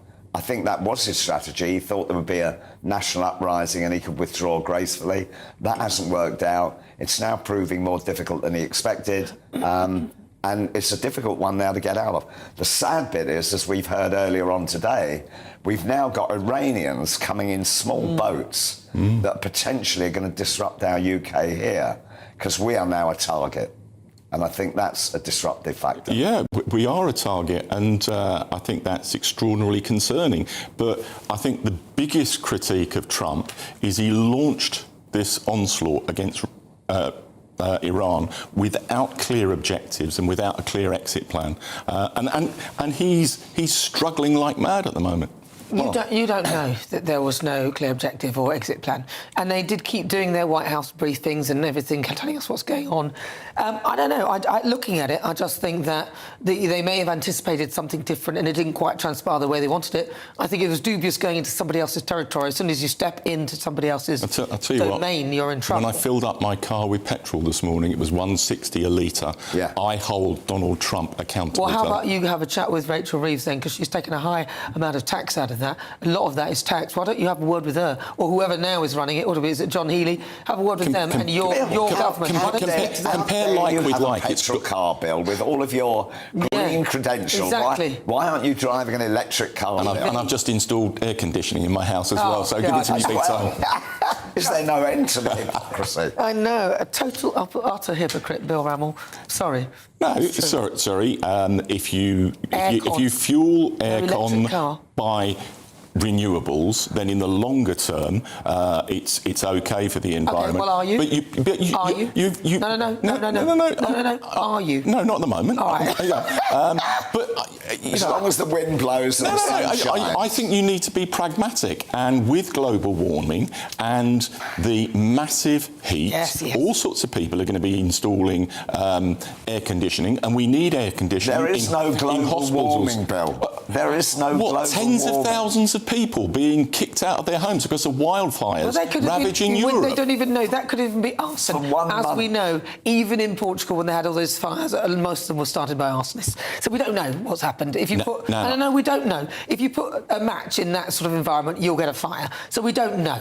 Every succeeding summer with record temperatures, most reasonable people watching this show conclude that global warming is real. No, well, a lot of people will conclude there's a load of arsonists around who are setting fire to the environment. And do you know, between the equinoxes, the temperature doesn't vary at the equator? OK, well, we'll get technical. Bill, you don't know. He doesn't know about the equinox, so let's leave it there. All right. 45. Do you know, he's actually smiling. He's laughing. Yeah. He's smiling. It's nice to see Bill smile. There you go. Right, coming up next, the quickfire quiz. I test the panel on some of the other stories of the week. But first, if you fancy some holiday sun in Europe, here's the forecast.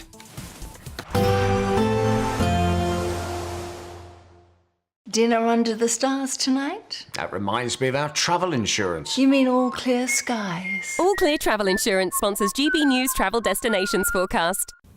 A few showers possible over parts of northern and eastern Italy during the course of the weekend. There's been quite a lot of showers recently in northern Turkey. They are fading for Sunday. Much of the south of Turkey dry and sunny, along with most of Greece on Sunday as well. Southern Italy still hot and sunny as well, but further north there is the potential for some big thundery showers. Could even see one or two in Mallorca. Most of Spain and Portugal dry and sunny spells for Madeira and the Canaries. Lots more sunshine to come into next week.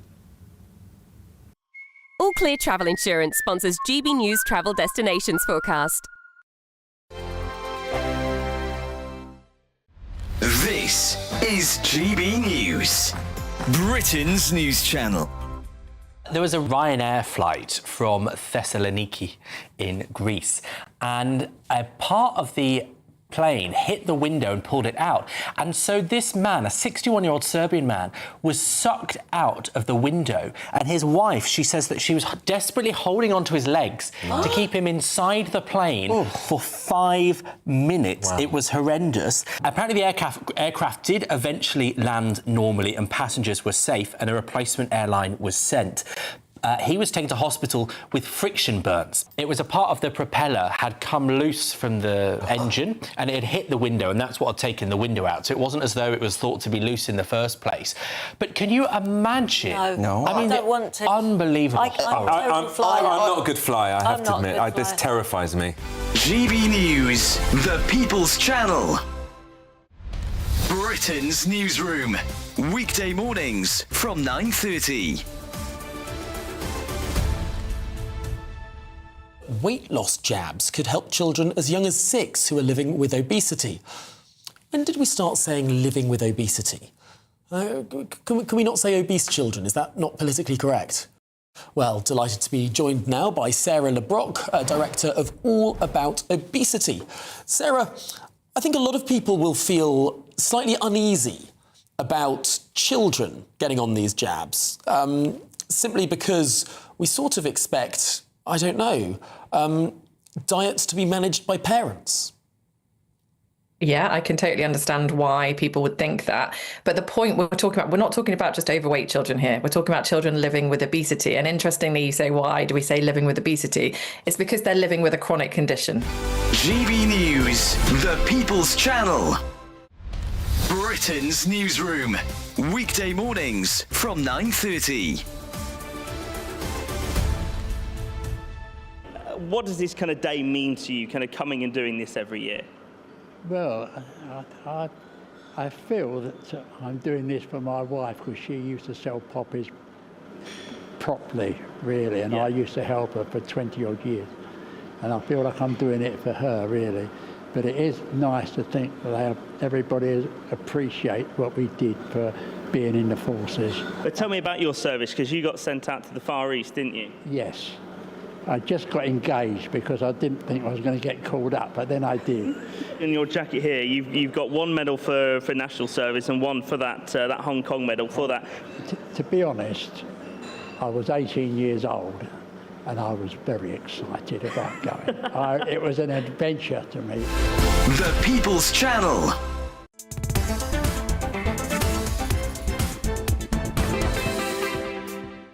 Welcome back to GB News, Britain's #1 news channel. I'm Nana Akua. It is time now for our quick fire quiz, the part of the show where I test my panel on some of the other stories hitting the headlines right now. So joining me, designer and businessman Jeff Banks. Your buzzer, please, Jeff. And former Labour Minister and MP Bill Rammell. Your buzzer, please, Bill. There you have it. All right, please play along at home.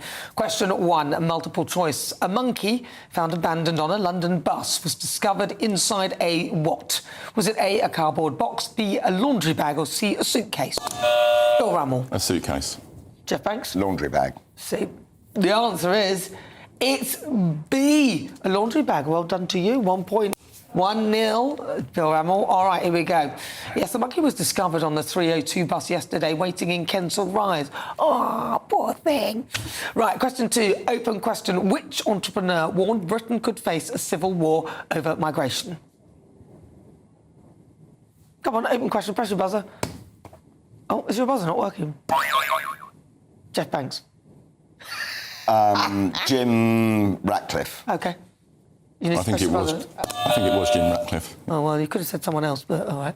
Maybe you're right. No, it was Elon Musk. Right. No, it was Elon Musk. He predicted civil war would erupt in Britain in coming decades, adding that the UK is being flooded with people whose views are antithetical to Western beliefs. All right, question 3. Closest answer wins. A British soldier allegedly stole a 15-ton armoured vehicle following a nightclub night at a pub, smashing into cars. But how much estimated damage was caused in pounds?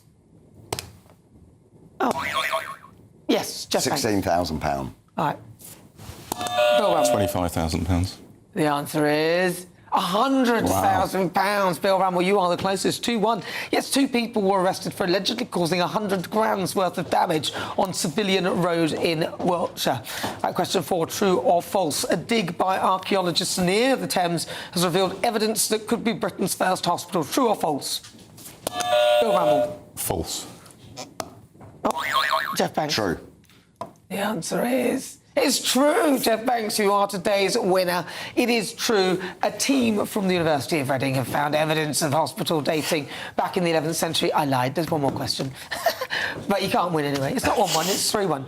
Multiple choice. An art student painted a politician as part of her final degree project. But which politician did they choose to paint? A, Andy Burnham, B, Ed Miliband, or C, Sadiq Khan? Bill Rammell. Sadiq Khan. Yes. Ed Miliband. Because the answer is it's Sadiq Khan. Well done, very good. I think the scores on the doors are 3-2.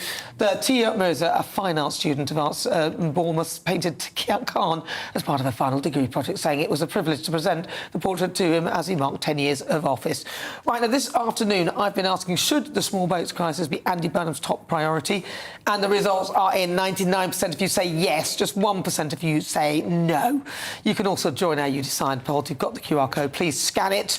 I've got to say thank you so much to my brilliant panel, designer and businessman Jeff Banks. Jeff, thank you very much. And former Labour Minister and MP Bill Rammell for joining me today. Thank you so much. And a huge thank you to you for your company. I look forward to seeing you tomorrow. Same time, same place at 3. But stay tuned. Do not go anywhere, because up next, it's time for the Saturday 5. Thank you very much, Nana. Yep, coming up, we'll be dissecting Andy Burnham's Timu government. Is it the case that actually this cabinet's assembled like my attempt at an IKEA DIY? Have a listen. And also, Dr. Renee is dressed like a Napoleonic drama piece tonight because, my friends, after 500 small boat crossings, she's decided enough